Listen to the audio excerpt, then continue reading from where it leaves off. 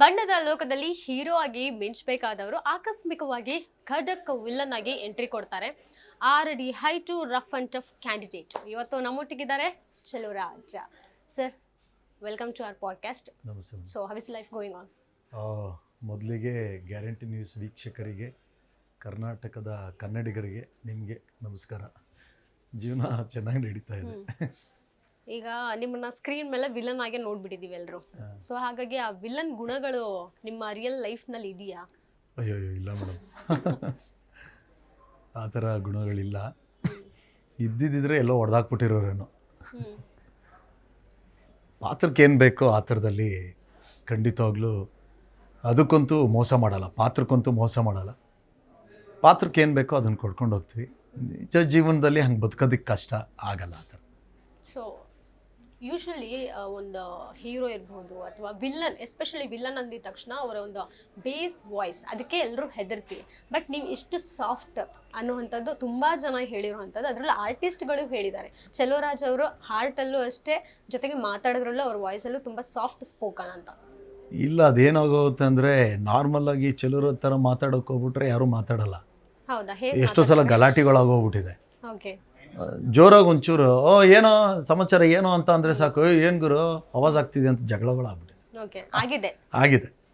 So ಹಾಗಾಗಿ normal ಆಗಿ ಮಾತಾಡ್ತೀನಿ. ಒಂದೊಂದ್ಸಲ ಕೋಪ ಮತ್ತೊಂದು ಇನ್ನೊಂದು ಬಂದಾಗ ಆಟೋಮೆಟಿಕ್ ಆಗಿ ಧ್ವನಿ ಜಾಸ್ತಿ ಆಗ್ಬಿಡುತ್ತೆ. ಬರುತ್ತೆ, ಕೋಪ ಬರುತ್ತೆ ಚೆಲುವರಾಜ್ ಬರ್ದಲೇ ಏನೋ ಒಂದು ಯಾವುದೋ ಒಂದು ವಿಚಾರಕ್ಕೆ ಯಾವ ವಿಚಾರಕ್ಕೆ ತುಂಬಾ ಟ್ರಿಗರ್ ಇರುತ್ತವಲ್ಲ, ಕೆಲವೊಂದು ಇರುತ್ತವೆ. ಯಾರೋ ಏನೋ ಒಂದು ರೇಗಿಸಿದಾಗ ಅಥವಾ ನನ್ನ ಕೆಲಸದಲ್ಲಿ ನಾನು ಅಂದ್ಕೊಂಡಿದ್ದು ಆಗದಿದ್ದಾಗ ಮನೇಲಿ ಅವೆಲ್ಲ ಒಂಚೂರು ಅವಾಗ ರೇಗ್ತೀನಿ ಅಷ್ಟೇ. ವರ್ಕೌಟ್ ಮಾಡ್ಬೇಕಾದ್ರೆ ನನ್ನ ಯಾರು ಡಿಸ್ಟರ್ಬ್ ಮಾಡಬಾರ್ದು, ಕೆಲಸ ಯಾವುದೇ ಮಾಡ್ಬೇಕಾದ್ರೂ ನನ್ನ ಯಾರು ಡಿಸ್ಟರ್ಬ್ ಮಾಡಬಾರ್ದು.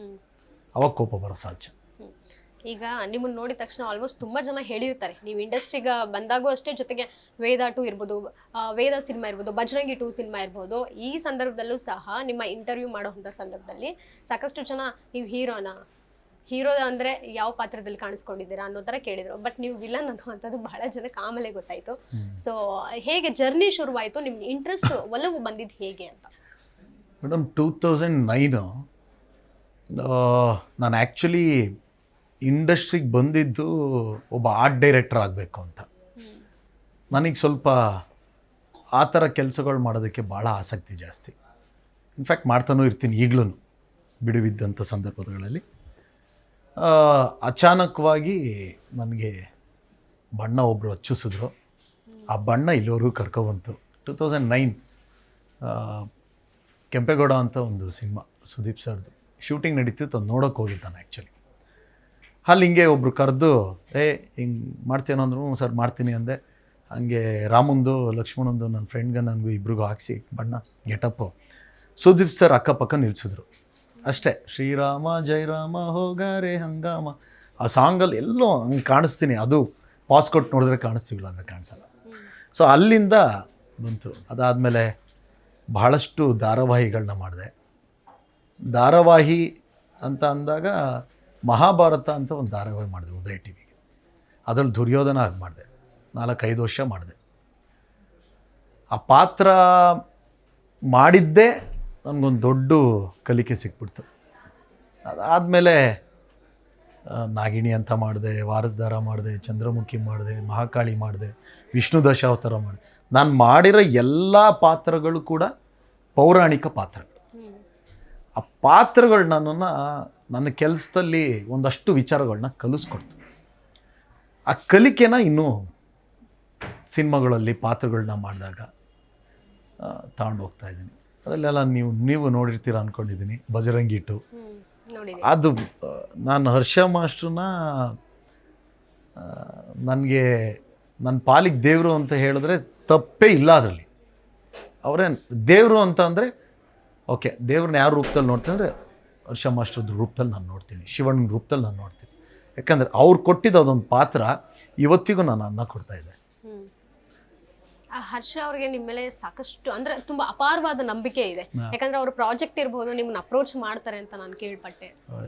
ಮೇಡಮ್, ಅಪ್ರೋಚ್ ಅನ್ನೋದು ನಿಜವಲ್ಲೂ ದೊಡ್ಡ ಪದ ಆಗೋಗ್ಬಿಡುತ್ತೆ. ಬಂದು ಮಾಡೋ ಮಗ ಅನ್ನೋ ಅಷ್ಟು ಇದೆ. ಅವ್ರು ಕರೀತಾರೆ, ಏನೋ ಮಗ ಮಾಡ್ತೀನೋ ಅಂತಾರೆ, ಮಾಸ್ಟರ್ ನೀವೇನು ಕೊಟ್ಟರು ನಾನು ಮಾಡ್ತೀನಿ ಅಂತೀನಿ. ಅವ್ರ ಮೇಲಿರೋ ಗೌರವ, ಪ್ರೀತಿ, ನಂಬಿಕೆ, ಹೋಗಿ ಮಾಡ್ತೀನಿ. ನಾನು ಮಾಡಿರೋ ಇಲ್ಲಿವರೆಗೂ ಅವ್ರ ಜೊತೆ 3 ಪ್ರಾಜೆಕ್ಟ್ ಮಾಡಿದ್ದೀನಿ. ಬಜರಂಗಿ, ವೇದ, ತೆಲುಗು ಸಿನಿಮಾ ಭೀಮಾ, ಇಷ್ಟು ಮಾಡಿದ್ದೀನಿ. ಬಾಗಿ 4 ನಡೀತಾ ಇದೆ. ಏನೋ ಅದು ನನ್ನ ಇರಲಿಲ್ವೇನೋ ಅನ್ನೋದು ಋಣ. ಸೊ ನೆಕ್ಸ್ಟ್ ಮುಂದಿನ ದಿನಗಳಲ್ಲಿ ಖಂಡಿತವಾಗ್ಲೂ ಮಾಡ್ತೀನಿ ಅನ್ನೋ ಭರವಸೆ ನನಗಂತೂ ಇದೆ. ಓಕೆ, ಈ ಒಂದು ಟ್ಯಾಟೂ ಇರ್ಬೋದು ಬಜರಂಗಿ ಅನ್ನೋಂಥದ್ದು, ಈ ಎಷ್ಟು ಸ್ಪೆಷಲ್ ನಿಮಗೆ, ನಿಮ್ಮ ಹಾರ್ಟಿಗೆ ಎಷ್ಟು ಕನೆಕ್ಟ್ ಆಗುತ್ತೆ? ಯಾಕೆ ಟ್ಯಾಟೂ, ಪರ್ಮನೆಂಟ್ ಟ್ಯಾಟೂ ಅದನ್ನ ಹಾಕ್ಸ್ಕೊಂಡ್ರಿ ಅಂತ? ಆಗಲೇ ಹೇಳಿದ್ನಲ್ಲ ಮೇಡಮ್, ಇವತ್ತು ನಾನೇನಾದ್ರು ಊಟ ಮಾಡ್ತಿದ್ದೀನಿ ಅಂದರೆ ಹರ್ಷ ಮಾಸ್ಟ್ರು ಈ ಸಿನಿಮಾ ಕೊಟ್ಟಿದ್ಕೇನೆ, ಈ ಸಿನಿಮಾದಿಂದ ನಾನು ಇವತ್ತು ಬದುಕಿದ್ದೀನಿ ಅಷ್ಟೇ. ಸೊ ಹಾಗಾಗಿ ನಾನೀಗ ಹರ್ಷ ಮಾಸ್ಟ್ರು ಅಂತ ಹಾಕ್ಸ್ಕೊಳ್ಳೋದಾಗಿರಲಿ, ಶಿವಣ್ಣ ಅಂತ ಹಾಕ್ಸ್ಕೊಳ್ಳೋದಾಗಲಿ, ಅದೆಲ್ಲ ನೋಡಿದವ್ರಿಗೆ ತುಂಬ ಓವರ್ ಅನಿಸ್ಬಿಡುತ್ತೆ. ಸೊ ನಾನು ಅವ್ರ ಹೆಸರನ್ನ ಆ ಥರದಲ್ಲಿ ಕೆಡ್ಸೋದಕ್ಕೆ ಇಷ್ಟ ಇಲ್ಲ. ಅವರೆಲ್ಲ ಇಲ್ಲಿದ್ದಾರೆ, ಜೊತೆಗೆ ಈ ಹೆಸರಲ್ಲೂ ಇದ್ದಾರೆ. ಬಜರಂಗಿ 2 ಅಂದರೆ ಶಿವಣ್ಣ, ಬಜರಂಗಿ 2 ಅಂದರೆ ಹರ್ಷ ಮಾಸ್ಟ್ರು. ಈಗ ಟೆಲಿವಿಷನಲ್ಲೂ ಕೆಲಸ ಮಾಡಿದ್ರಿ, ಜೊತೆಗೆ ಬೆಳ್ಳಿ ಪರದೆಯಲ್ಲೂ ನೀವು ಕೆಲಸ ಮಾಡಿರೋವಂಥದ್ದು. ನಿಮಗೆ ಪರಭಾಷೆಯಿಂದ ಆಫರ್ಸ್ ಬರೋಕ್ಕೆ ಶುರು ಆಗಿದ್ದು ಯಾವಾಗ? ಬಜರಂಗಿ ಆದಮೇಲೆ ಮೇಡಮ್. ನನಗೆ ಅಲ್ಲಿವರೆಗೂ ಸಿನಿಮಾಗಳು ಯಾವುದೂ ಇರಲಿಲ್ಲ. ನಾನು ಸೀರಿಯಲ್ಸೇ ಮಾಡ್ಕೊಂಡಿದ್ದು. ಬಟ್ ಬಜರಂಗಿಕ್ಕಿಂತ ಮುಂಚೆ ನಾನು ಪೈಲ್ವಾನು, ಗೀತಾ, ಫೈಟರ್ ಅಂತ ಮಾಡಿದ್ದೀನಿ. ವಿನೋದ್ ಅಣ್ಣನ ಜೊತೆ ಫೈಟರ್ ಮಾಡಿದ್ದೀನಿ. ಗೀತಾ ಬಂದು ಗಣೇಶ್ ಸರ್ ಜೊತೆ, ಸುದೀಪ್ ಅಣ್ಣನ ಜೊತೆ ಪೈಲ್ವಾನ್ ಮಾಡಿದೆ. ಅದಾದಮೇಲೆ ಫುಲ್ ಫ್ಲೆಡ್ಜ್ ವಿಲ್ಲನ್ ಅಂತ ಮಾಡಿದ್ದೆ ಬಜರಂಗಿ. ಸೊ ಅದು ದೊಡ್ಡ ಮಟ್ಟದ ವಿಲನ್ನೇ ಅದು ಆ್ಯಕ್ಚುಲಿ. ಸೊ ಆ ಥರ ಆಗೋಯ್ತು. ಅಂದರೆ ನಿಮಗೆ ಹೀರೋ ಆಗ್ಬೇಕಂತ ಆಸೆ ಇತ್ತಾ, ವಿಲನ್ ಆಸೆ ಇತ್ತಾ, ಯಾವುದಾದ್ರೂ ಪಾತ್ರ ಒಟ್ಟಿನಲ್ಲಿ ನಾನು ಅದಕ್ಕೆ ನ್ಯಾಯ ಒದಗಿಸ್ಬೇಕು ಅನ್ನೋಂಥದ್ದು? ನಾನು ಟೆಲಿವಿಷನ್ಸ್ಗಳಲ್ಲಿ ಮಾಡಬೇಕಾದ್ರೆ ಅಪ್ಪ ಒಂದು ಹೊತ್ತು ಊಟ ಸಿಕ್ಕರೆ ಸಾಕಪ್ಪ, ಮಾಡ್ಕೊಂಡು ಹೋಗೋಣ ಯಾವುದೋ ಒಂದು ಪಾತ್ರ ಅನ್ನೋ ಥರ ಇತ್ತು. ಬಟ್ ಮಾಡ್ತಾ ಮಾಡ್ತಾ ಮಾಡ್ತಾ ಆ ಪಾತ್ರಗಳು ನನಗೆ ಕೊಟ್ಟಿದ್ದು ಕಿಕ್ಕಿತ್ತಲ್ಲ, ನನಗೆ ಅನಿಸಿದ್ದು ಆವಾಗಲೇ, ಓಹೋ ನನಗೆ ಖುಷಿ ಕೊಡೋದು ನಾನು ಪಾತ್ರಗಳು ಮಾಡಿದಾಗ, ಇದನ್ನು ಬಿಡಬಾರ್ದು ಅಂತ ಟಾಸ್ಕ್ಗಳನ್ನ ಹಾಕೊಳ್ಳೋಕೆ ಸ್ಟಾರ್ಟ್ ಮಾಡಿದೆ. ಸೊ ಆ ನಿಟ್ಟಿನಲ್ಲಿ ನನಗೆ ಪಾತ್ರಗಳು ಸಿಗೋಕ್ಕೆ ಬಂತು. ಹೋಗ್ತಾ ಹೋಗ್ತಾ ಹೋಗ್ತಾ ಈಗ ನಾನು ಬೆಳೀತಿದ್ದಂಗೆ ನನ್ನ ಕನಸುಗಳು ಬೆಳೆಯೋಕ್ಕೆ ಸ್ಟಾರ್ಟ್ ಆಯಿತು. ಮಾಡಿದ್ದೀನಿ ಇಲ್ಲಿವರೆಗೂ. ವಿಲನ್ ಕ್ಯಾರೆಕ್ಟರ್ಸ್ಗಳು ಮಾಡಿದ್ದೀನಿ. ಪಾಸಿಟಿವ್ ಕ್ಯಾರೆಕ್ಟರ್ಸ್ ಮಾಡಬೇಕು ಅನ್ನೋ ಆಸೆನೂ ಇದೆ, ಮಾಡ್ತೀನಿ. ತೃಪ್ತಿ ಎಷ್ಟಿದೆ ನಿಮಗೆ? ತೃಪ್ತಿ ಇಲ್ಲ ಮೇಡಮ್, ಪಾತ್ರಗಳಲ್ಲಿ ತೃಪ್ತಿ ಇಲ್ಲ, ಆದರೆ ವಿಲನ್ ಪಾತ್ರ ನಿಮಗೆ ಬರ್ತಾ ಇರೋ ಇಲ್ಲ ಮೇಡಮ್. ಅಂದರೆ ಪಾತ್ರಗಳು ಓಕೆ, ಕೆಲಸ ಸಿಗ್ತಿದೆ ಅನ್ನೋ ತೃಪ್ತಿ ಇದೆ. ಪಾತ್ರದ ಓಕೆ, ಈ ಸಿನಿಮಾಗೆ ಈ ಪಾತ್ರ ನಾನು ಚೂಸ್ ಮಾಡ್ಕೊಂಡಿದ್ರೆ ಓಕೆ, ಅದರಲ್ಲಿ ನಾನು ತೃಪ್ತಿ ಕಾಣ್ತೀನಿ ಹೊರತು ನನಗೆ ತೃಪ್ತಿ ಆಗ್ತಾ ಇಲ್ಲ.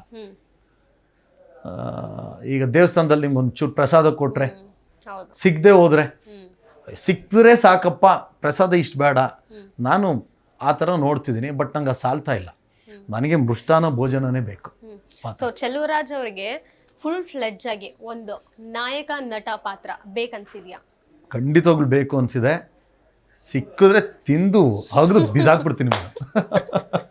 ಅಷ್ಟು ಆಸೆ. ಈಗ ವಿಲನ್ ಇರಬಹುದು, ಈ ಕಡೆ ಹೀರೋ ಅನ್ನುವಂಥದ್ದು, ಎರಡು ವೆಯ್ಟೇಜ್ ಒಂದ್ ಕಡೆ ಹಾಕಿದ್ರೆ ಎರಡು ಸಮವಾಗಿ ತೂಗುತ್ತೆ. ಅಷ್ಟು ಈಗ ಅಭಿಮಾನಿಗಳು ಅಷ್ಟೇ ಸಾಕಷ್ಟು ವಿಲನ್ ರೋಲ್ಗೆ ಅಡಿಕ್ಟ್ ಆಗಿರೋವಂಥದ್ದು. ಇಂಥ ವಿಲನ್ ಇದ್ರೇ ಸಿನಿಮಾ ನೋಡ್ತೀವಿ ಅನ್ನುವಂಥದ್ದು. ಆ ವಾಯ್ಸ್ ಇರ್ಬಹುದು, ಅವರ ಚಲನ ವಲನಗಳಿರ್ಬೋದು, ಎಲ್ಲವನ್ನು ಅಬ್ಸರ್ವ್ ಮಾಡ್ತಾರೆ. ಡೈಲಾಗ್ ಡೆಲಿವರಿ ಇರ್ಬೋದು, ಅದನ್ನ ಕಾಪಿ ಮಾಡ್ತಾರೆ. ಸೊ ನಿಮಗೆ ಈ ಎರಡರಲ್ಲೂ ಇರಬಹುದು, ಲೈಕ್ ಡ್ಯುಯಲ್ ರೋಲ್ ತರ ಬಂದ್ರೆ ಏನ್ ಮಾಡ್ತೀರಾ? ನಿಮ್ಮ ಬಾಯಿಂದ ಬಂದ್ಬಿಡ್ತಲ್ಲ, ನಾನು ಅದೇ ಹೇಳ್ತಿದ್ದೆ. ನೀವು ಕೇಳೋದ ತಕ್ಷಣ ಇಮಿಡಿಯೇಟ್ ಆಗಿ ಹೇಳೋಣ ಅಂತ. ವಿಲನ್ನು ಮಾಡ್ತೀನಿ, ಹೀರೋನು ಮಾಡ್ತೀನಿ. ಒಂದೇ ಸಿನಿಮಾದಲ್ಲಿ ಎರಡು ನಾನೇ ಮಾಡೋ ಥರ ಸಿಕ್ಬಿಟ್ರೆ ಇನ್ನೂ ಖುಷಿ. ಇದೇ ತರ ಪಾತ್ರ ಅಂತ ಏನಾದ್ರು ನಿಮ್ಮ ಸ್ಕೆಚ್ ಹಾಕೊಂಡಿದ್ರ? ಇಲ್ಲ ಮೇಡಮ್, ಆ ಥರ ಸ್ಕೆಚ್ ಹಾಕೊಂಡಿಲ್ಲ. ಜನಕ್ಕೆ ಎಂಟರ್ಟೈನ್ಮೆಂಟ್ ಯಾವ ಥರ ಕೊಡಬಹುದು, ಒಂದು ಸೊಸೈಟಿಗೆ ನಾನು ಮಾಡೋ ಸಿನಿಮಾದಿಂದ ಏನು ಸಂದೇಶ ಕೊಡ್ಬೋದು, ಇವೆರಡವನ್ನು ನೋಡ್ತೀನಿ. ಈಗ ಕನ್ನಡ ಆದಮೇಲೆ ತೆಲುಗುದಲ್ಲಿ ನೀವು ಮಿಂಚ್ತಾ ಇದ್ದೀರಾ. ಸೊ ಮೊದಲೇದಾಗಿ ಅಲ್ಲಿ ಬಂದಂತಹ ಆಫರ್ ಯಾವುದು? ಅಲ್ಲಿಂದ ಹೇಗೆ ಕಂಟಿನ್ಯೂ ಆಯಿತು ನಿಮ್ಮ ಪಯಣ? ಮೇಡಮ್, ನನಗೆ ಫಸ್ಟು ಅಲ್ಲಿಂದ ಬಂದಿದ್ದು ಕರೆ ರಜಾಕರ್ಸ್ ಅಂತ ಒಂದು ಸಿನಿಮಾ. ಆ ಸಿನಿಮಾದಲ್ಲಿ 4-5 ಜನ ಲೀಡ್ ಕ್ಯಾರೆಕ್ಟರ್ಸ್ಗಳು ಇರ್ತಾರೆ. ಅದರಲ್ಲಿ ಒನ್ ಆಫ್ ದಿ ಲೀಡ್ ನಾನು ಮಾಡಿದ್ದೀನಿ. ಬಸವಮನ್ನಯ್ಯ ಅಂತ ಪಾತ್ರದ ಹೆಸರು. ಸೊ ಅದು ಸಿನಿಮಾ ಆದಮೇಲೆ ನನಗೆ ಸಲಾರ್ ಸಿಕ್ತು. ಸಲಾರ್ ಆದಮೇಲೆ ಭೀಮಾ ಮಾಡಿದೆ, ಅದೇ ಹರ್ಷ ಮಾಸ್ಟ್ರು ಮಾಡಿದ ಸಿನಿಮಾ. ಅದಾದಮೇಲೆ ಮೊನ್ನೆ ರಿಲೀಸ್ ಆದ ಸಿನಿಮಾ ಜಾಟ್ ಅಂತ ಹೇಳಿ ಸನ್ನಿ ಡಿಯೋಲ್ ಅವ್ರದ್ದು, ಗೋಪಿಚಂದ್ ಮಲಿನಿ ಡೈರೆಕ್ಟ್ರು. ಜಾಟಲ್ಲಿ ಒಂದು ಪ್ರಾಮಿನೆಂಟ್ ಅಂದರೆ ಸುಮಾರು ಪಾತ್ರಗಳು ಬರುತ್ತವೆ. ಆ ಸಿನಿಮಾ ಸ್ಟಾರ್ಟ್ ಆಗೋಕ್ಕೆ ನಾನೇ ಕಾರಣ. ಆ ಥರ ಅಂದರೆ ಕತೆ. ನಾನೇನಾದರೂ ಸುಮ್ಮನೆ ಹೋಗ್ದಲೇ ನನ್ನ ಪಾಡಿಗೆ ನಾನು ಇಡ್ಲಿ ಕಾಲಲ್ಲಿ ಟಚ್ ಆಗ್ಬಿಡುತ್ತೆ, ಬಿದ್ದೋಗ್ಬಿಡುತ್ತೆ. ಆ ಹೀರೋ ಅದನ್ನೇ ಇಟ್ಕೊಳ್ತಾರೆ, ಸಾರಿ ಕೇಳು ಅಂತ. ನಾನು ಕೇಳಲ್ಲ ಅಂತೀನಿ, ನನ್ನಿಂದ ಹೋಗುತ್ತದೆ ಹಂಗೆ ಕತೆ. ಸೊ ಅದೊಂದಾಯಿತು. ಈಗ ಮೊನ್ನೆ ಟೀಸರ್ ಲಾಂಚ್ ಆಯಿತು ತಮ್ಮಡು ಅಂತ ಒಂದು ಸಿನಿಮಾ, ನಿತಿನ್ ಅವ್ರದ್ದು. ಅದರಲ್ಲೂ ಕೂಡ ವಿಲನ್ ಕ್ಯಾರೆಕ್ಟರ್ ಮಾಡಿದ್ದೀನಿ. ಟೀಸರಲ್ಲಿ ನಂದೊಂದು ಬ್ಯಾಕ್ ಶಾಟು, ಕಣ್ಣಿನ ಶಾಟ್ ಅಷ್ಟೇ ತೋರಿಸಿರೋದು. ಅದು ಹಾಗೆ ಇರಲಿ ಅಂತ ಕೇಳ್ಕೊಳ್ತೀನಿ. ಯಾಕಂದರೆ ಲುಕ್ ನೋಡಿದ ತಕ್ಷಣ ಬಹುಶಃ ಬಜರಂಗಿ 2 ನೆನಪಾಗುತ್ತೆ. ತುಂಬ ಚೆನ್ನಾಗಿ ಮೂಡ್ ಬಂದಿದೆ. ಅದೊಂದು ಸಿನಿಮಾ ರಿಲೀಸಿಗೆ ರೆಡಿ ಇದೆ. ಬಿಟ್ಟರೆ ಒಂದು 2-3 ಸಿನಿಮಾ ಲೈನಪ್ಪಲ್ಲಿದೆ. ಬಟ್ ನಾನು ಯಾವುದನ್ನು ಹೆಸರು ಹೇಳೋಂಗಿಲ್ಲ ಅಥವಾ ನಾನು ರಿವೀಲ್ ಮಾಡೋಂಗಿಲ್ಲ ಅದನ್ನು. ಈಗ ಚಲುವರಾಜ್ ಅವರು ಕನ್ನಡದವರು, ಈಗ ತೆಲುಗುದಲ್ಲಿ ಬ್ಯುಸಿ ಆಗಿರೋವಂಥದ್ದು. ಆದ್ರೆ ಕನ್ನಡದ ಆಫರ್ಸ್ಗಳು ಬರ್ತಿದಾವ ಅಥವಾ ಬಂದ್ರೂ ಚಲುವರಾಜ್ ಅವರು ರೆನೋವೇಷನ್ ಜಾಸ್ತಿ ಆಯ್ತಾ, ಒಪ್ಕೊಳ್ತಿಲ್ವಾ? ಈ ರೀತಿ ಒಂದಷ್ಟು ಪ್ರಶ್ನೆಗಳು ತಲೆಗೆ ಬಂದೇ ಬರುತ್ತೆ. ಯಾಕಂತ ಹೇಳಿದ್ರೆ ಕನ್ನಡದವರು ಆಟೋಮೆಟಿಕ್ ಆಗಿ ಏನಾದರೂ ತೆಲುಗು, ಬಾಲಿವುಡ್ ಇರ್ಬೋದು, ಕಾಲಿವುಡ್ ಇರ್ಬೋದು, ಈ ಕಡೆ ಬ್ಯುಸಿ ಆದಾಗ ಆ ರೀತಿ ಪ್ರಶ್ನೆ ಅಥವಾ ಕುತೂಹಲ ಬರುವಂಥದ್ದು ಸಹಜ. ಚಲುವರಾಜ್ ಅವರು ಒಂದು ಕ್ಲಾರಿಫಿಕೇಶನ್ ಕೊಡೋದಾದ್ರೆ ತಪ್ಪಿಲ್ಲ. ಆ ಥರ ಅವ್ರು ಯೋಚನೆ ಮಾಡೋದ್ರಲ್ಲಿ ತಪ್ಪಿಲ್ಲ. ಬಟ್ ಯೋಚನೆ ಮಾಡೋದಕ್ಕಿಂತ ಮುಂಚೆ ನನ್ನ ಒಂದ್ಸಲ ಕೇಳಿದ್ರೆ ಚೆನ್ನಾಗಿರುತ್ತೆ. ಯಾಕೆಂದರೆ ನಾನು ಇವತ್ತಿನವರೆಗೂ ರೆಮ್ಯುನರೇಷನ್ ಯಾರ ಹತ್ರನೂ ಡಿಮಾಂಡ್ ಮಾಡಿಲ್ಲ. ಇಷ್ಟೇ ಕೊಡಬೇಕು, ಕೊಟ್ಟರೆ ನಾನು ಮಾಡ್ತೀನಿ ಅಂತ ಕೇಳಿಲ್ಲ. ಪಾತ್ರ ಚೆನ್ನಾಗಿರೋದು ಕೊಡಿ, ರೆಮ್ಯುನರೇಷನ್ ಬಿಡಿ, ಪಾತ್ರ ಕೊಡಿ ಸರ್. ಪಾತ್ರ ಚಲುವರಾಜ್ ಯಾವ ಸೂಟ್ ಆಗುತ್ತೆ, ಹೆಂಗೆ ಮಾಡ್ತಾನೆ ಅದ್ರ ಮೇಲೆ ಕೊಡಿ. ರೆಮ್ಯುನರೇಷನ್ ಪಕ್ಕಕ್ಕಿಡಿ. ಕೇಳಿದ್ದೀನ ನಾನು ಯಾವತ್ತಾದರೂ? ಒಳ್ಳೆ ಪಾತ್ರ ಕೊಡಿ. ಯಾರ್ಯಾರನೋ ಎಲ್ಲೆಲ್ಲಿಂದನೋ ಕರ್ಕೊಬರ್ತೀರ, ನಮ್ಮಲ್ಲಿ ಇಲ್ವಾ? ಎಷ್ಟು ಜನ ಇದ್ದಾರೆ ನಿಮಗೆ? ಎಷ್ಟು ಜನ ಬೇಕು? ನಮ್ಮಲ್ಲಿರೋರು ಎಲ್ಲರೂ ಲೈನಲ್ಲಿ ನಿಲ್ಲಿಸ್ಬಿಟ್ರೆ ಹಬ್ಬ ಆಡಿಯನ್ಸಿಗೆ, ನಮ್ಮ ಕನ್ನಡದವ್ರಿಗೆ. ನಮ್ಮನ್ನು ಯಾರೂ ಉಪಯೋಗಿಸ್ಕೊಳ್ಳೋದೇ ಇಲ್ವಲ್ಲ. ಅದರಲ್ಲಿ ಈ ಥರ ಊಹಾಪೋಹ ಅವ್ರವರೇ ಅನ್ಕೋಬೇಕಷ್ಟೆ. ಈಗ ನೀವು ಹೆಂಗೆ ಕೇಳಿದ್ರೆ, ಈಗ ಕಾಲಿವುಡ್ಡೋ, ತಮಿಳೋ, ತೆಲುಗು, ಮಲಯಾಳಮೋ, ಹಿಂದಿನೋ ಮಾಡಿದಾಗ ಅವ್ರು ಜಾಸ್ತಿ ಕೇಳ್ತಾರೇನೋ ಅಂತ ಅವರೇ ಅಂದ್ಕೊಡ್ತಾರೆ. ತಪ್ಪು. ದುಡ್ಡಿಗೋಸ್ಕರ ಮಾಡೋದು ಅದು ಬದುಕು ನಡೆಸೋದಕ್ಕೋಸ್ಕರ. ಬಟ್ ಕಲಾವಿದರುಗಳು ನಾವು ಪಾತ್ರಕ್ಕೋಸ್ಕರ ಮಾಡ್ತೀವಿ. ಅಂಥ ಪಾತ್ರಗಳು ನಮಗೆ ಬರೀರಿ ಅಷ್ಟು ಹೇಳ್ತೀನಿ. ಸೊ ನಿಮಗೆ ಅಪ್ರೋಚ್ ಎಷ್ಟು ಬಂದಿವೆ ಅಂದರೆ ಬಂದೇ ಇಲ್ವಾ? ಕನ್ನಡದಲ್ಲಿ ಬಂದಿಲ್ಲ ಮೇಡಮ್, ಬಂದಿಲ್ಲ. ಅದೇ ಕೊರಗಿರೋದು ನಮಗೆ. ನಮ್ಮವ್ರಿಗೊಂಥರ ಅವ್ರಿಗೇನೋ ಅದೇನೋ ಕೈಯಲ್ಲೇ ಬೆಣ್ಣೆ ಇಟ್ಕೊಂಡು ಊರಿಗೆಲ್ಲ ತುಪ್ಪ ಹುಡ್ಕಾಡ್ತಿದ್ರಂತೆ. ಹಂಗೆ ನಮ್ಮವ್ರ ಕತೆ. ಹಂಗೆಲ್ಲ ಬೆಣ್ಣೆ ಇದೆ ಆದ್ರೂ ಎಲ್ಲ ಅವ್ರಿಗೇನೋ ಬೇರೆ ಕಡೆಯಲ್ಲಿ ತುಪ್ಪ ತುಂಬ ರುಚಿ ಕೊಡುತ್ತಂತೆ. ಮಾಡಿ ಅವ್ರನ್ನ ಕರ್ಕೊಂಬಂದಾಗ ಗೊತ್ತಾಗುತ್ತಲ್ಲ, ಅವಾಗ ರಿಯಲೈಸ್ ಆಗ್ತಾರೆ. ಡಬಲ್ ಪೇ ಮಾಡಬೇಕು ಮೇಡಮ್. ಅವ್ರನ್ನ ಈಗ ನಾನೇ ತೆಲುಗು ಹೋಗ್ತೀನಿ ಅಂದರೆ ನಮ್ದು ಉಳ್ಕೊಳ್ಳೋದು, ಕರೆಸ್ಕೊಳ್ಳೋದು ಎಲ್ಲವನ್ನು ಲೆಕ್ಕ ಹಾಕಿ ಎಷ್ಟು ಖರ್ಚು ಬರೋದು ಅವ್ರಿಗೆ. ಅದೇ ಅಲ್ಲಿರೋರನ್ನೇ ಹಾಕೋಬೋದಲ್ಲ ಅವರು. ಇಲ್ಲ ಅಂತ ಅಲ್ಲ, ನಾನು ಅದು ತಪ್ಪು ಅಂತ ಹೇಳ್ತಾ ಇದು ತಪ್ಪು ಅಂತ ಹೇಳ್ತಾ ಇಲ್ಲ. ಅಲ್ಲಿರೋರು ಕೊಡಿ ಅವಕಾಶನ, ನಮಗೆ ನಮ್ಮವ್ರು ಕೊಡಿಕ ಅವಕಾಶನ ಅಂತ ಕೇಳ್ತೀನಿ. ಇವ್ರು ಕೊಟ್ಟರೆ ನಾವ್ಯಾಕೆ ಅಲ್ಲಿಗೆ ಹೋಗ್ತೀವಿ ಅಷ್ಟೇ. ಯಾಕೆ ಹೀಗೆ ಆಗ್ತಿರಬಹುದು ಅಂತ ಅಂದ್ರೆ ಕನ್ನಡ ಇಂಡಸ್ಟ್ರಿಯಲ್ಲಿ ಕೇವಲ ನೀವು ಮಾತ್ರ ಈ ಮಾತನ್ನ ಹೇಳ್ತಾರೆ. ಸಾಕಷ್ಟು ಹೀರೋಯಿನ್ಸ್ ಅಷ್ಟೇ ಒಂದು ಸಿನಿಮಾ ಹಿಟ್ ಆದ್ಮೇಲೆ ಇರಬಹುದು ಅಥವಾ ಒಂದು ಆವರೇಜ್ ಅಂತ ಅನ್ಕೊಳ್ಳಿ, ಪರಭಾಷೆಗೆ ಏನಾದರೂ ಅವ್ರಿಗೆ ಆಫರ್ಸ್ ಬರುತ್ತೆ, ಹೋಗ್ತಾರೆ ಅಂದಾದ್ಮೇಲೆ ಇನ್ಮೇಲೆ ಇವ್ರು ಕನ್ನಡದ ನಟಿ ಅಲ್ಲ, ಆ ಕಡೆ ಹೋಗ್ತಿದಾರಂತೆ, ಟಾಲಿವುಡ್ಗೆ ಹಾರಿದ ನಟಿ ಅನ್ನುವಂಥದ್ದೆಲ್ಲ ಮಾತುಗಳು ಕೇಳಿ ಬರುತ್ತೆ. ಅದರ ಆಕ್ಚುಯಲ್ ಫ್ಯಾಕ್ಟ್ ಅವ್ರಿಗೆ ಕೇಳಿದ್ರೆ ಅವ್ರು ಹೇಳುವಂಥದ್ದು ಕನ್ನಡದಲ್ಲಿ ಆಫರ್ಸ್ ಇಲ್ಲ ನಮಗೆ, ನಮ್ದು ಕೂಡ ಜೀವನಾನೇ, ನಾವು ವಲಸೆ ಬಂದಿರೋ ಅಂಥವ್ರು, ಇಲ್ಲಿ ಮಾಡ್ತೀವಿ, ಎಲ್ಲಿ ಆಫರ್ಸ್ ಕೊಡ್ತಾರೆ ಅಥವಾ ಎಲ್ಲಿ ಸಿನಿಮಾ ನಮಗೆ ಅರಸಿ ಬರ್ತವೆ ಆ ಕಡೆ ನಾವು ಹೋಗ್ತೀವಿ ಅಂತ ಮಾತನ್ನು ಹೇಳ್ತಾರೆ. ಯಾಕೆ ಕನ್ನಡದಲ್ಲಿ ಅವಕಾಶಗಳನ್ನು ಕೊಡ್ತಿಲ್ಲ ಅಂತ? ಮೊದಲಿಗೆ ಕಲಾವಿದರುಗಳಿಗೆ ಅಥವಾ ಸಿನಿಮಾ ಮಾಡೋವಂಥ ನಮ್ಮ ಸಿನಿಮಾ ರಂಗಕ್ಕೇನೆ ಒಂದು ಯಾವುದೂ ಚೌಕಟ್ಟಿಲ್ಲ ಮೇಡಮ್. ಲ್ಯಾಂಗ್ವೇಜ್ ಆಗಿರ್ಬೋದು, ಕೆಲಸಕ್ಕೆ ಯಾವುದೇ ಥರ ಆಗಿರ್ಬೋದು, ಅದಕ್ಕೊಂದು ಚೌಕಟ್ಟಿಲ್ಲ. ನಾವೆಲ್ಲ ಎಲ್ಲೋ ಬೇಕಾದ್ರೂ ಮಾಡ್ಬೋದು, ಏನು ಬೇಕಾದ್ರೂ ಮಾಡ್ಬೋದು. ಯಾಕಂದರೆ ಕಲಾವಿದರುಗಳು ತಂತ್ರಜ್ಞರು ನಾವೇ. ನನ್ನ ಕರೆಯೋದೇನಕ್ಕೆ ಬಜರಂಗಿ 2 ಸಿನಿಮಾ ಮಾಡಿದ್ದಕ್ಕೆ. ಬಜರಂಗಿ 2 ಸಿನಿಮಾ ನೋಡಿ ಇವನೊಬ್ಬ ಒಳ್ಳೆ ಕಲಾವಿದ, ಕರೆಸ್ರಯ್ಯ ಅವ್ನಿಗೊಂದು ಪಾತ್ರ ಐತೆ, ಅವ್ನು ಸೂಟ್ ಆಗುತ್ತೆ, ಅವ್ನ ಕೈಲಿ ಆ ಕ್ಯಾಲಿಬರ್ ಇದೆ, ಅವ್ನು ಮಾಡ್ತಾನೆ ಅಂತ ನನ್ನನ್ನು ಅವ್ರು ಕರೀತಾರೆ. ಆ ಸಿನಿಮಾ ನೋಡಿದ್ಮೇಲೆ ಅವರು ತಕ್ಕಂತೆ ಕತೆ ಬರೀತಾರೆ ಅಥವಾ ಆ ಪಾತ್ರಕ್ಕೆ ಏನು ಬೇಕು ಅದನ್ನು ಡೆವಲಪ್ ಮಾಡ್ತಾರೆ. ಇಲ್ಲ ಅಂತ ಹೇಳಲ್ಲ. ನಮ್ಮವ್ರು ಬರೀತಿಲ್ವಲ್ಲ ಮೇಡಮ್. ಅಂದ್ರೆ ಆ ಕಡೆ ಹೋದ್ರಿ ಅಂತ ಮರ್ತು ಬಿಟ್ರೆ ಹೆಂಗೆ? ಇಲ್ಲ ಮೇಡಮ್, ಏನಕ್ಕೆ ಮೇಡಮ್ ನಾವೀಗ ಹೋಗ್ತೀವಿ. ಈಗ ನೀವು ಕರೆದ್ರೆ ನಾನು ಬಂದಿದ್ದೀನಿ, ಕರೀಲಿಲ್ಲ ಅಂದ್ರೆ ನಾನು ಬರೋದಕ್ಕೆ ಹೆಂಗೆ ಸಾಧ್ಯ? ಈಗ ನಾನು ಕನ್ನಡದವನು ಮೇಡಮ್. ನಾನು ಪ್ರತಿ ವೇದಿಕೆಗೆ ಹೋದ್ರು ನಾನು ಕನ್ನಡದ ಡೈಲಾಗೆ ಫಸ್ಟ್ ಹೇಳೋದು, ಅದು ಅಣ್ಣವ್ರ ಡೈಲಾಗೆ. ಯಾಕೆಂದ್ರೆ ನಾನು ಆ ಯೂನಿವರ್ಸಿಟಿ, ಅಣ್ಣವ್ರ ಯೂನಿವರ್ಸಿಟಿ. ನನಗೆ ಬೇರೆ ಇನ್ನೇನು ಇಲ್ಲ. ಅಣ್ಣವ್ರ ಸಿನಿಮಾಗಳು ನೋಡೇ ನಾನು ಕಲಾವಿದ ಆಗಿರೋದು, ಶಿವಣ್ಣನ ಸಿನಿಮಾಗಳೇ ನೋಡೇ ನಾನು ಕಲಾವಿದ ಆಗಿರೋದು, ಸುದೀಪ್ ಸರ್ ಆಗಿರ್ಬೋದು, ದರ್ಶನ್ ಸರ್ ಆಗಿರೋದು, ಅವ್ರ ಸಿನಿಮಾಗಳು ನೋಡೇ ನಾನು ಕಲಾವಿದ ಆಗಿರೋದು. ಅವ್ರ ಹಾದಿಲಿ ನಾವು ಬರ್ತಾ ಇದ್ದೀವಿ ಅಂದರೆ ನಮಗೆ ದಾರಿ ಮಾಡಬೇಕಲ್ವ ಅವರು. ಯಾರನ್ನು ಕೇಳಬೇಕು ಹೊಸಬ್ರು ಹಾಗಾದ್ರೆ ಪ್ರಶ್ನೆನ? ಬನ್ನಿ ಅಂತ ಅವ್ರು ಕರೆದಿಲ್ಲ, ಒಪ್ಕೊಳ್ತೀವಿ. ಬಟ್ ಅವ್ರನ್ನ ನಂಬ್ಕೊಂಡು ಬಂದಿದ್ದೀವಲ್ಲ, ಅವ್ರಂಗೆ ನಾವು ಆಗಬೇಕು ಅಂತ ಒಂದು ಕನ್ಸಿಟ್ಕೊಂಡು ಬಂದಿದ್ದೀವಲ್ಲ, ನಮಗೆ ದಾರಿ ತೋರಿಸೋರು ಯಾರು? ಸೊ ಕನ್ನಡದಲ್ಲಿ ನಮ್ಮಲ್ಲಿರೋ ಕಲಾವಿದರುಗಳನ್ನ ಫಸ್ಟು ತಲೆಗಿಟ್ಕೊಳ್ಳಿ, ಬರೀರಿ ಕಥೆನ, ಅಪ್ರೋಚ್ ಮಾಡಿ. ದುಡ್ಡು ಮನೆ ಹಾಳಾಗೋಯ್ತು ಮೇಡಮ್, ಕೆಲಸ ಕೊಡಿ, ಕೆಲಸ ಮಾಡೋಣ. ನಮ್ಮ ಇಂಡಸ್ಟ್ರಿ ಇವತ್ತು ಕೆಲವೊಂದು ಜಾಗಕ್ಕೆ ಹೋದರೆ KGF, ಕಾಂತಾರ, ಬಜರಂಗಿ 2 ಅದು ಇದು ಅಂತ ಮಾತಾಡ್ತಾರೆ ಮೇಡಮ್. ಅದೇ ಸರಿ ಸಮನಾಗಿ ನಮ್ಮ ಇಂಡಸ್ಟ್ರಿ ಬೇರೆ, ನಾನು ಹೆಸರು ಹೇಳೋದು ಬೇಡ, ಪಾಪ ಅವ್ರಿಗೆ ಹರ್ಟ್ ಆಗೋದು ಬೇಡ. ಯಾಕಂದರೆ ಅದು ಅವರವರ ಸ್ಟೈಲು ಮಾಡೋದು ಸಿನಿಮಾ. ಎಷ್ಟು ಕಚ್ಚಡವಾಗಿ ಮಾತಾಡ್ತಾರೆ ಗೊತ್ತಾ? ನಾವು ಮಾತ್ರ ಕನ್ನಡದವ್ರು ಮಾತ್ರ, ಕನ್ನಡಿಗರು ಮಾತ್ರ ಮನೇಲಿ ಕುತ್ಕೊಂಡು OTT ಆನ್ ಮಾಡಿದ್ರೆ ಮಲಯಾಳಂ ಸಿನಿಮಾ ನೋಡ್ಕೊಂಡು ಕುತ್ಕೋತಾರೆ. ಶಾಕಾರಿ ಅಂತ ಒಂದು ಸಿನಿಮಾ ನೋಡಲ್ಲ, ಬ್ಲಿಂಕ್ ಅಂತ ಒಂದು ಸಿನಿಮಾ ನೋಡಲ್ಲ, ನಮ್ಮದೇ ಅಂಶು ಅಂತ ಒಂದು ಸಿನಿಮಾ ಬಂತು ನೋಡಲ್ಲ, ಇತ್ತೀಚೆಗೆ ಮೊನ್ನೆ ರಿಲೀಸ್ ಆಗಿರೋ ಸೀಸ್ ಕಟ್ಟಿ ಸಿನಿಮಾ ನೋಡ್ತಾ ಇಲ್ಲ. ಮಲಯಾಳಂ ಥರ ಸಿನಿಮಾನೇ ಬೇಕು ಅಂದರೆ ಇದನ್ನು ಮಾಡ್ತಿದ್ದಾರೆ ತಾನೆ, ನೋಡಲ್ಲ. ಯಾಕೆಂದರೆ ನಮ್ಮ ಆಡಿಯನ್ಸ್ಗೆ ಸ್ಟಾರ್ಗಳು ಸಿನಿಮಾಗಳು ಬೇಕು. ಯಾರು ಎಲ್ಲಿದ್ದಾರೆ ಮೇಡಮ್ ಸ್ಟಾರ್ಸ್? ಹಾಗಾದ್ರೆ ಕಲಾವಿದರು ಹುಟ್ಟಬೇಕು ತಾನೇ. ಈಗ ಹುಟ್ಟೋದಕ್ಕೆ ಅವಕಾಶ ಮಾಡಿಕೊಡಿ. ಹುಟ್ಟೋದಕ್ಕಿಂತ ಮುಂಚೆನೇ ಕ್ಯೂಚ್ ಆಗ್ತಿದ್ದೀರಲ್ಲ ನೀವು.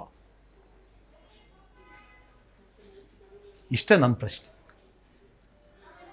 ಒಬ್ಬೊಬ್ರದ್ದು ಒಂದೊಂದು ಮನಸ್ಥಿತಿ ಇರುತ್ತೆ ಖಂಡಿತವಾಗ್ಲೂ.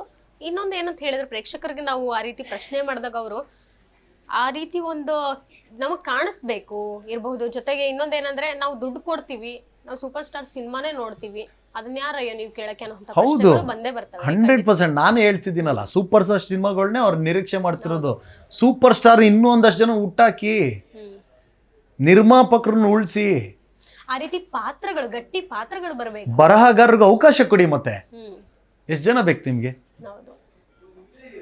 ಈಗ ತೆಲುಗು ಇಂಡಸ್ಟ್ರಿನಲ್ಲಿ ಯಾವ ರೀತಿ ವರ್ಕ್ ಆಗ್ತಾ ಇದೆ ಸರ್? ಮೇಡಮ್, ಅಲ್ಲಿ ಚೆನ್ನಾಗಿ ಹೋಗ್ತಿದೆ. ಆ್ಯಕ್ಚುಲಿ ಚೆನ್ನಾಗಿ ಹೋಗ್ತಿದೆ, ಒಳ್ಳೆ ರೆಸ್ಪಾನ್ಸ್ ಇದೆ. ಪ್ರೀತಿಯಿಂದ ಕರೀತಾರೆ, ಪ್ರೀತಿಯಿಂದ ಹೋಗ್ತೀವಿ, ಪ್ರೀತಿಯಿಂದ ಕೆಲಸ ಮಾಡ್ತೀವಿ, ಪ್ರೀತಿಯಿಂದ ವಾಪಸ್ ಇಲ್ಲಿ ಬರ್ತೀವಿ ಅಷ್ಟೇ. ಅಂದರೆ ಈ ಕನ್ನಡ ಇಂಡಸ್ಟ್ರಿನಲ್ಲಿ ಒಂದು ರೀತಿ ಆದರೆ ಅಲ್ಲಿ ಬೇರೆ ರೀತಿ ಏನಾದರೂ ನಡೆಸ್ಕೊಳ್ಳೋದಿರ್ಬೋದು. ಅಂದರೆ ಕೆಲವೊಂದು ಲ್ಯಾಂಗ್ವೇಜ್ ಬ್ಯಾರಿಯರ್ ಅಂತೂ ಖಂಡಿತವಾಗ್ಲೂ ಈಗಿಲ್ಲ. ನಿಮ್ಮನ್ನ ಯಾವ ರೀತಿ ಟ್ರೀಟ್ ಮಾಡ್ತಾರೆ ಅಲ್ಲಿ ಅಂತ? ಇಲ್ಲ ಮೇಡಮ್, ಅದರಲ್ಲಿ ಇವತ್ತಿನವರೆಗೂ ಏನು ಕೊರತೆ ಕಂಡಿಲ್ಲ. ಟ್ರೀಟ್ಮೆಂಟ್ ಎಲ್ಲ ಚೆನ್ನಾಗೇ ಕೊಡ್ತಾರೆ. ನಮ್ಮಲ್ಲೂ ಹೇಗಿರುತ್ತೆ ಅದೇ ರೀತಿಯಲ್ಲಿರುತ್ತೆ. ಬಟ್ ನಮಗೆ ಬೇಸರ ಏನು ಅಂತ ಅಂದರೆ, ಸೊ ನಮ್ಮಲ್ಲಿ ಮಾಡ್ತಾ ಇಲ್ವಲ್ಲ ಅನ್ನೋದೊಂದು ಇರೋದು ಬಿಟ್ಟರೆ, ಅಲ್ಲಿಗೆ ಹೋದಾಗ ಸ್ವಲ್ಪ ನಾವೇ ಸ್ಟ್ರಿಕ್ಟ್ ಆಗಿರ್ತೀವಿ, ನಾವೇ ಒಂದಷ್ಟು ಚೌಕಟ್ಟು ಹಾಕೋಬಿಡ್ತೀವಿ. ನನ್ನ ಲಿಮಿಟೇಷನ್ಸ್ ಕ್ರಾಸ್ ಮಾಡಿ ಹೋಗಬಾರ್ದು, ಹೆಸರು ಕೆಡಿಸ್ಕೋಬಾರ್ದು. ನನ್ನ ಹೆಸರು ಕೆಡ್ತು ಅಂದರೆ ಕನ್ನಡ ಇಂಡಸ್ಟ್ರಿ ಹೆಸರು ಕೆಡುತ್ತೆ. ಅವಾಗ ಮಾತಾಡ್ತಾರೆ, ಈ ನನ್ನ ಮಗ ಹೋಗ್ಬಿಟ್ಟು ನಮ್ಮ ಹೆಸ್ರನ್ನ ಹಾಳು ಮಾಡಿ ಬಂದ ಅಂತಾರೆ. ಅದಕ್ಕೆ ನಾನು ರೆಡಿ ಇಲ್ಲ ಮೇಡಮ್. ನಾನು ಹೆಸರು ಗಳಿಸ್ತೀನಿ ಅಂದರೆ ಅದು ನನ್ನ ಕನ್ನಡ ನಾಡಿಗೆ. ಸೊ ಆ ಥರದಲ್ಲಿ ನಾವೊಂದಷ್ಟು ಚೌಕಟ್ಟು ಹಾಕ್ಕೊಳ್ತೀವಿ. ಜಾಸ್ತಿ ಡಿಮಾಂಡ್ ಮಾಡೋಕ್ಕೆ ಹೋಗಲ್ಲ, ಅದೇ ಬೇಕು ಇದೇ ಬೇಕು ಹಂಗೆ ಬೇಕು ಹಿಂಗೆ ಬೇಕು ಅಂತ. ಕನ್ನಡದಲ್ಲೂ ಮಾಡಿಲ್ಲ ಬಿಡಿ, ಅದು ಬೇರೆ ಪ್ರಶ್ನೆ. ಆ ಥರ ನೆಟ್ಕೊಂಡು ಹೋಗ್ತಿದೆ. ನಾವು ಎಷ್ಟು ತಗ್ಗಿ ಬಗ್ಗಿ ಎಷ್ಟು ನಡಿಬೇಕು ಅಷ್ಟು ನೆಟ್ಕೊಂಡು ಕೆಲಸ ಕೊಟ್ರೆ ಹೋಗಬೇಕು. ಕ್ಯಾಮ್ರಾ ಮುಂದೆ ಅಲ್ಲಿ ಕಾಂಪ್ರಮೈಸ್ ಇಲ್ಲ. ಅಲ್ಲಿ ರಾಜ ಇದ್ರೂ ಗುರು ನೀನು ರಾಜ ಆದರೆ ನಿನಗೆ, ನಾನೊಬ್ಬ ಇವನು, ನಾನು ರಾಜನೇ, ಚಿಲು ರಾಜ, ನಾನು ಮಾಡೋದು ಹಿಂಗೆ ಅಂತ ಕೆಲಸ ಮಾಡ್ತೀನಿ. ಕೆಲಸದಲ್ಲಿ ಕಾಂಪ್ರಮೈಸ್ ಇಲ್ಲ ಮೇಡಮ್. ಯಾರಾದರೂ ನಿಂತ್ಕೊಳ್ಳಿ, ಯಾರಾದರೂ ಎದುರುಗಡೆ ಬರಲಿ, ನಾನೇನು ಮಾಡಬೇಕು ನಾನು ಮಾಡೇ ಮಾಡ್ತೀನಿ. ಇಷ್ಟ ಆಗಲಿಲ್ವಾ ಡೈರೆಕ್ಟ್ರನ್ನ ಕೇಳ್ತೀನಿ, ಸರ್ ಒಂದು ಮೂರು ಮಾಡ್ಬೋದಾ ಅಂತ. ಅವ್ರು ಹೇಳ್ತಾರೆ ಇಲ್ಲ ಚೆನ್ನಾಗಿದೆ ಅದು ಇದು ಅಂತಾರೆ. ಇಲ್ಲ ಸರ್ ನಂಗೊಂದು ಬೇಕು ಅಂತೀನಿ, ಆಯಿತು ಮಾಡು ಅಂತಾರೆ, ಮಾಡಿದ್ದೀನಿ. ಸೊ ಈಗ ಈ ಸೀನಿಯರ್ ಆರ್ಟಿಸ್ಟ್ ಅನ್ನೋವಂಥದ್ದು ಇರ್ಬೋದು, ತುಂಬ ಸೀನಿಯರ್ ಆರ್ಟಿಸ್ಟ್ ಆದರೆ ಎಲ್ಲರೂ ಅಲ್ಲ, ಒಂಚೂರು ಕೆಲವೊಬ್ಬರು ಮಾತ್ರ ಆ ರೀತಿ ವರ್ತನೆಗಳು ಇರಬಹುದು. ಈ ರೀತಿ ಏನಾದರೂ ನಿಮಗೆ like what we say like discrimination ಅನ್ನೋ ಥರದ್ದು ಏನಾದರೂ ಮಾಡಿದ್ದು ಇಲ್ಲ ಮೇಡಮ್, ಇಲ್ಲ ಇಲ್ಲ ಎಲ್ಲೂ ಇಲ್ಲ. ಪಕ್ಕಕ್ಕೆ ಕೂರಿಸ್ಕೊಂಡು ಚೆನ್ನಾಗಿ ಮಾತಾಡಿ ಅಪ್ರಿಷಿಯೇಟ್ ಮಾಡಿರೋರೇ ಎಲ್ಲರೂ. ನಾನು ಮಾಡಿರೋ ಎಲ್ಲರ ಜೊತೆ. ಅದರಲ್ಲಂತೂ ನಮ್ಮ ಶಿವಣ್ಣ ಅಂತೂ ಚಾಕ್ಲೇಟ್ ಕೊಟ್ಟವ್ರು ನಮಗೆ. ಚಿಕ್ಕ ಚಿಕ್ಕ ಹುಡುಗರ ಥರ ಮಕ್ಳು ಕೊಡ್ತಾರಲ್ಲ ಚಾಕ್ಲೇಟ್, ಹಂಗೆ ಡೈರಿ ಮಿಲ್ಕ್ ಕೊಟ್ಟಿರೋ ಬಜರಂಗಿ 2 ಮಾಡಬೇಕು. ನನಗೆ ಇವತ್ತಿಗೂ ನೆನಪಿದೆ. ಬಜರಂಗಿ 2 ಮಾಡ್ಬೇಕಾದ್ರೆ ನಮಗೆ ಸಪೋಟೋ ಗಾರ್ಡನ್ ಪ್ಯಾಲೇಸ್ ಗ್ರೌಂಡ್ ಒಳಗಡೆ ಸೆಟ್ ಹಾಕಿದ್ರಲ್ಲಿ ಹಿಂಗೆ ಕೂತ್ಕೊಂಡು ಏನಾಗ್ತಿತ್ತು ಅಂದರೆ ಒಂದಷ್ಟು ಜೂನಿಯರ್ಸ್ಗಳು, ಸುಮಾರು ಜನ ಜೂನಿಯರ್ ಆರ್ಟಿಸ್ಟ್ಗಳು, ಒನ್ ಡೇ ಆರ್ಟಿಸ್ಟ್ಗಳು, ಅವರು ಇವರೆಲ್ಲ ಇದ್ರಲ್ಲ, ಎಲ್ಲ ಲೂಡೋ ಆಡೋರು. ಅಣ್ಣನ ಜೊತೆ ನಾನು ಕೂತ್ಕೊಂಡು ಲೂಡೋ ಆಡಿದ್ದೀನಿ ಮೊಬೈಲಲ್ಲಿ. ಆ ಥರ ಎಲ್ಲ ಟೈಮ್ ಸ್ಪೆಂಡ್ ಮಾಡಿದ್ದೀವಿ. ಅಣ್ಣ ಅಪ್ರಿಷಿಯೇಟ್ ಮಾಡಿದ್ದಾರೆ ನನ್ನ, ತುಂಬ ಚೆನ್ನಾಗಿ ಮಾಡ್ತೀರಾ ಅಂತ ಅಂದಿದ್ದಾರೆ. ಅದಕ್ಕಿಂತ ಇನ್ನೇನು ಬೇಕು ಮೇಡಮ್? ಅಣ್ಣವರ ಆ ಅಪ್ರಿಸಿಯೇಷನ್ ಅಂದರೆ ನನಗೆ ಅಣ್ಣವ್ರ ಆಶೀರ್ವಾದ ಇದ್ದಂಗೆ. ಶಿವಣ್ಣ ಅಪ್ರಿಷಿಯೇಟ್ ಮಾಡಿರೋದು ನನಗೆ ಅಣ್ಣವ್ರ ಆಶೀರ್ವಾದ ಇದ್ದಂಗೆ. ಆವಾಗಲೇ ಹೇಳಿದೆ, ನಾವು ಆ ಯೂನಿವರ್ಸಿಟಿ, ನನಗೆ ಅವರೇ ಯೂನಿವರ್ಸಿಟಿ. ಯಾರಿಗೇನೋ ಗೊತ್ತಿಲ್ಲ, ಬಟ್ ಡಾಕ್ಟರ್ ರಾಜ್ಕುಮಾರ್ ಅಂತ ಅಂದರೆ ಅದು ನನಗೊಂದು ಯೂನಿವರ್ಸಿಟಿ ಅಷ್ಟೇ. ಸೊ ಆ ಥರದಲ್ಲಿ ಯಾವ ಕಲಾವಿದರುಗಳು ಇವತ್ತಿನವರೆಗೂ, ನಾಯಕ ನಟರು ಇವತ್ತಿನವರೆಗೂ, ದರ್ಶನ್ ಸರು ಅಣ್ಣನ ಬಗ್ಗೆ ಮಾತಾಡಲೇಬೇಕು. ನಾನು ಅವ್ರ ಜೊತೆ ಒಂದು 6-7 ಜನ ವರ್ಕ್ ಮಾಡಿದ್ದೀನಿ ಗರಡಿ ಮಾಡಬೇಕಾದ್ರೆ. ಅಷ್ಟು ದಿನನೂ ಕೂರಿಸಿ ಅವರೇ ಸ್ವತಃ ಬಡಿಸಿದ್ದಾರೆ ಊಟನ ನನಗೆ. ಒಂದು ದಿನ ಹಾರ್ನಿಸ್ ಹಾಕ್ಕೊಂಡಿದ್ದೆ, ಫೈಟ್ಗೆ ಇದಾಕೊಂಡಿದ್ದೆ, ಹಿಂಗೆ ಕೂತ್ಕೊಂಡು ತಿಂತಾ ಇದ್ದೀನಿ. ಅವ್ರದ್ದು ಊಟ ಮುಗೀತು, ಕೈ ತೊಳ್ಕೊಂಡ್ರು, ಎದ್ದು ಬಂದರು, ಎದೊಳಿ ಕಲಾವಿದ್ರೆ ಅಂದರು. ಎದ್ದೆ, ಎಲ್ಲ ಲೂಸ್ ಮಾಡಿದ್ರು, ಬಿಚ್ಚಿದ್ರು, ಕಂಫರ್ಟಬಲಾಗಿ ಊಟ ಮಾಡಿ, ಯಾರೋ ಅಲ್ಲಿ ಊಟ ಆದಮೇಲೆ ಹಾಕೋ ನೀನು ಅಂತ ಅಂದರು. ಅಷ್ಟು ದಿನನೂ ಊಟ ಹಾಕಿದ್ದಾರೆ ನನಗೆ. ಅಣ್ಣ ನಿಮ್ಮ ಜೊತೆ ಕೆಲಸ ಮಾಡ್ಬೇಕಣ್ಣ, ಕಲಾವಿದ್ರೆ ನನ್ನ ಸುಮ್ಮನೆ ಯಾರ್ಯಾರನ್ನೂ ಕರೆಸಲ್ಲ, ಕರೆಸ್ಬೇಕು ಅಂದರೆ ಅದಕ್ಕೆ ತೂಕ ಇದ್ದಾಗ ಮಾತ್ರ ಕರೆಸ್ತೀನಿ, ಪಾತ್ರಗಳು ಬರುತ್ತೆ ಮಾಡೋಣ. ಸುದೀಪ್ ಸರ್ ಪೈಲ್ವಾನ್ ಮಾಡಬೇಕಾದ್ರೆ ಅಪ್ರಿಷಿಯೇಟ್ ಮಾಡಿದ್ದಾರೆ.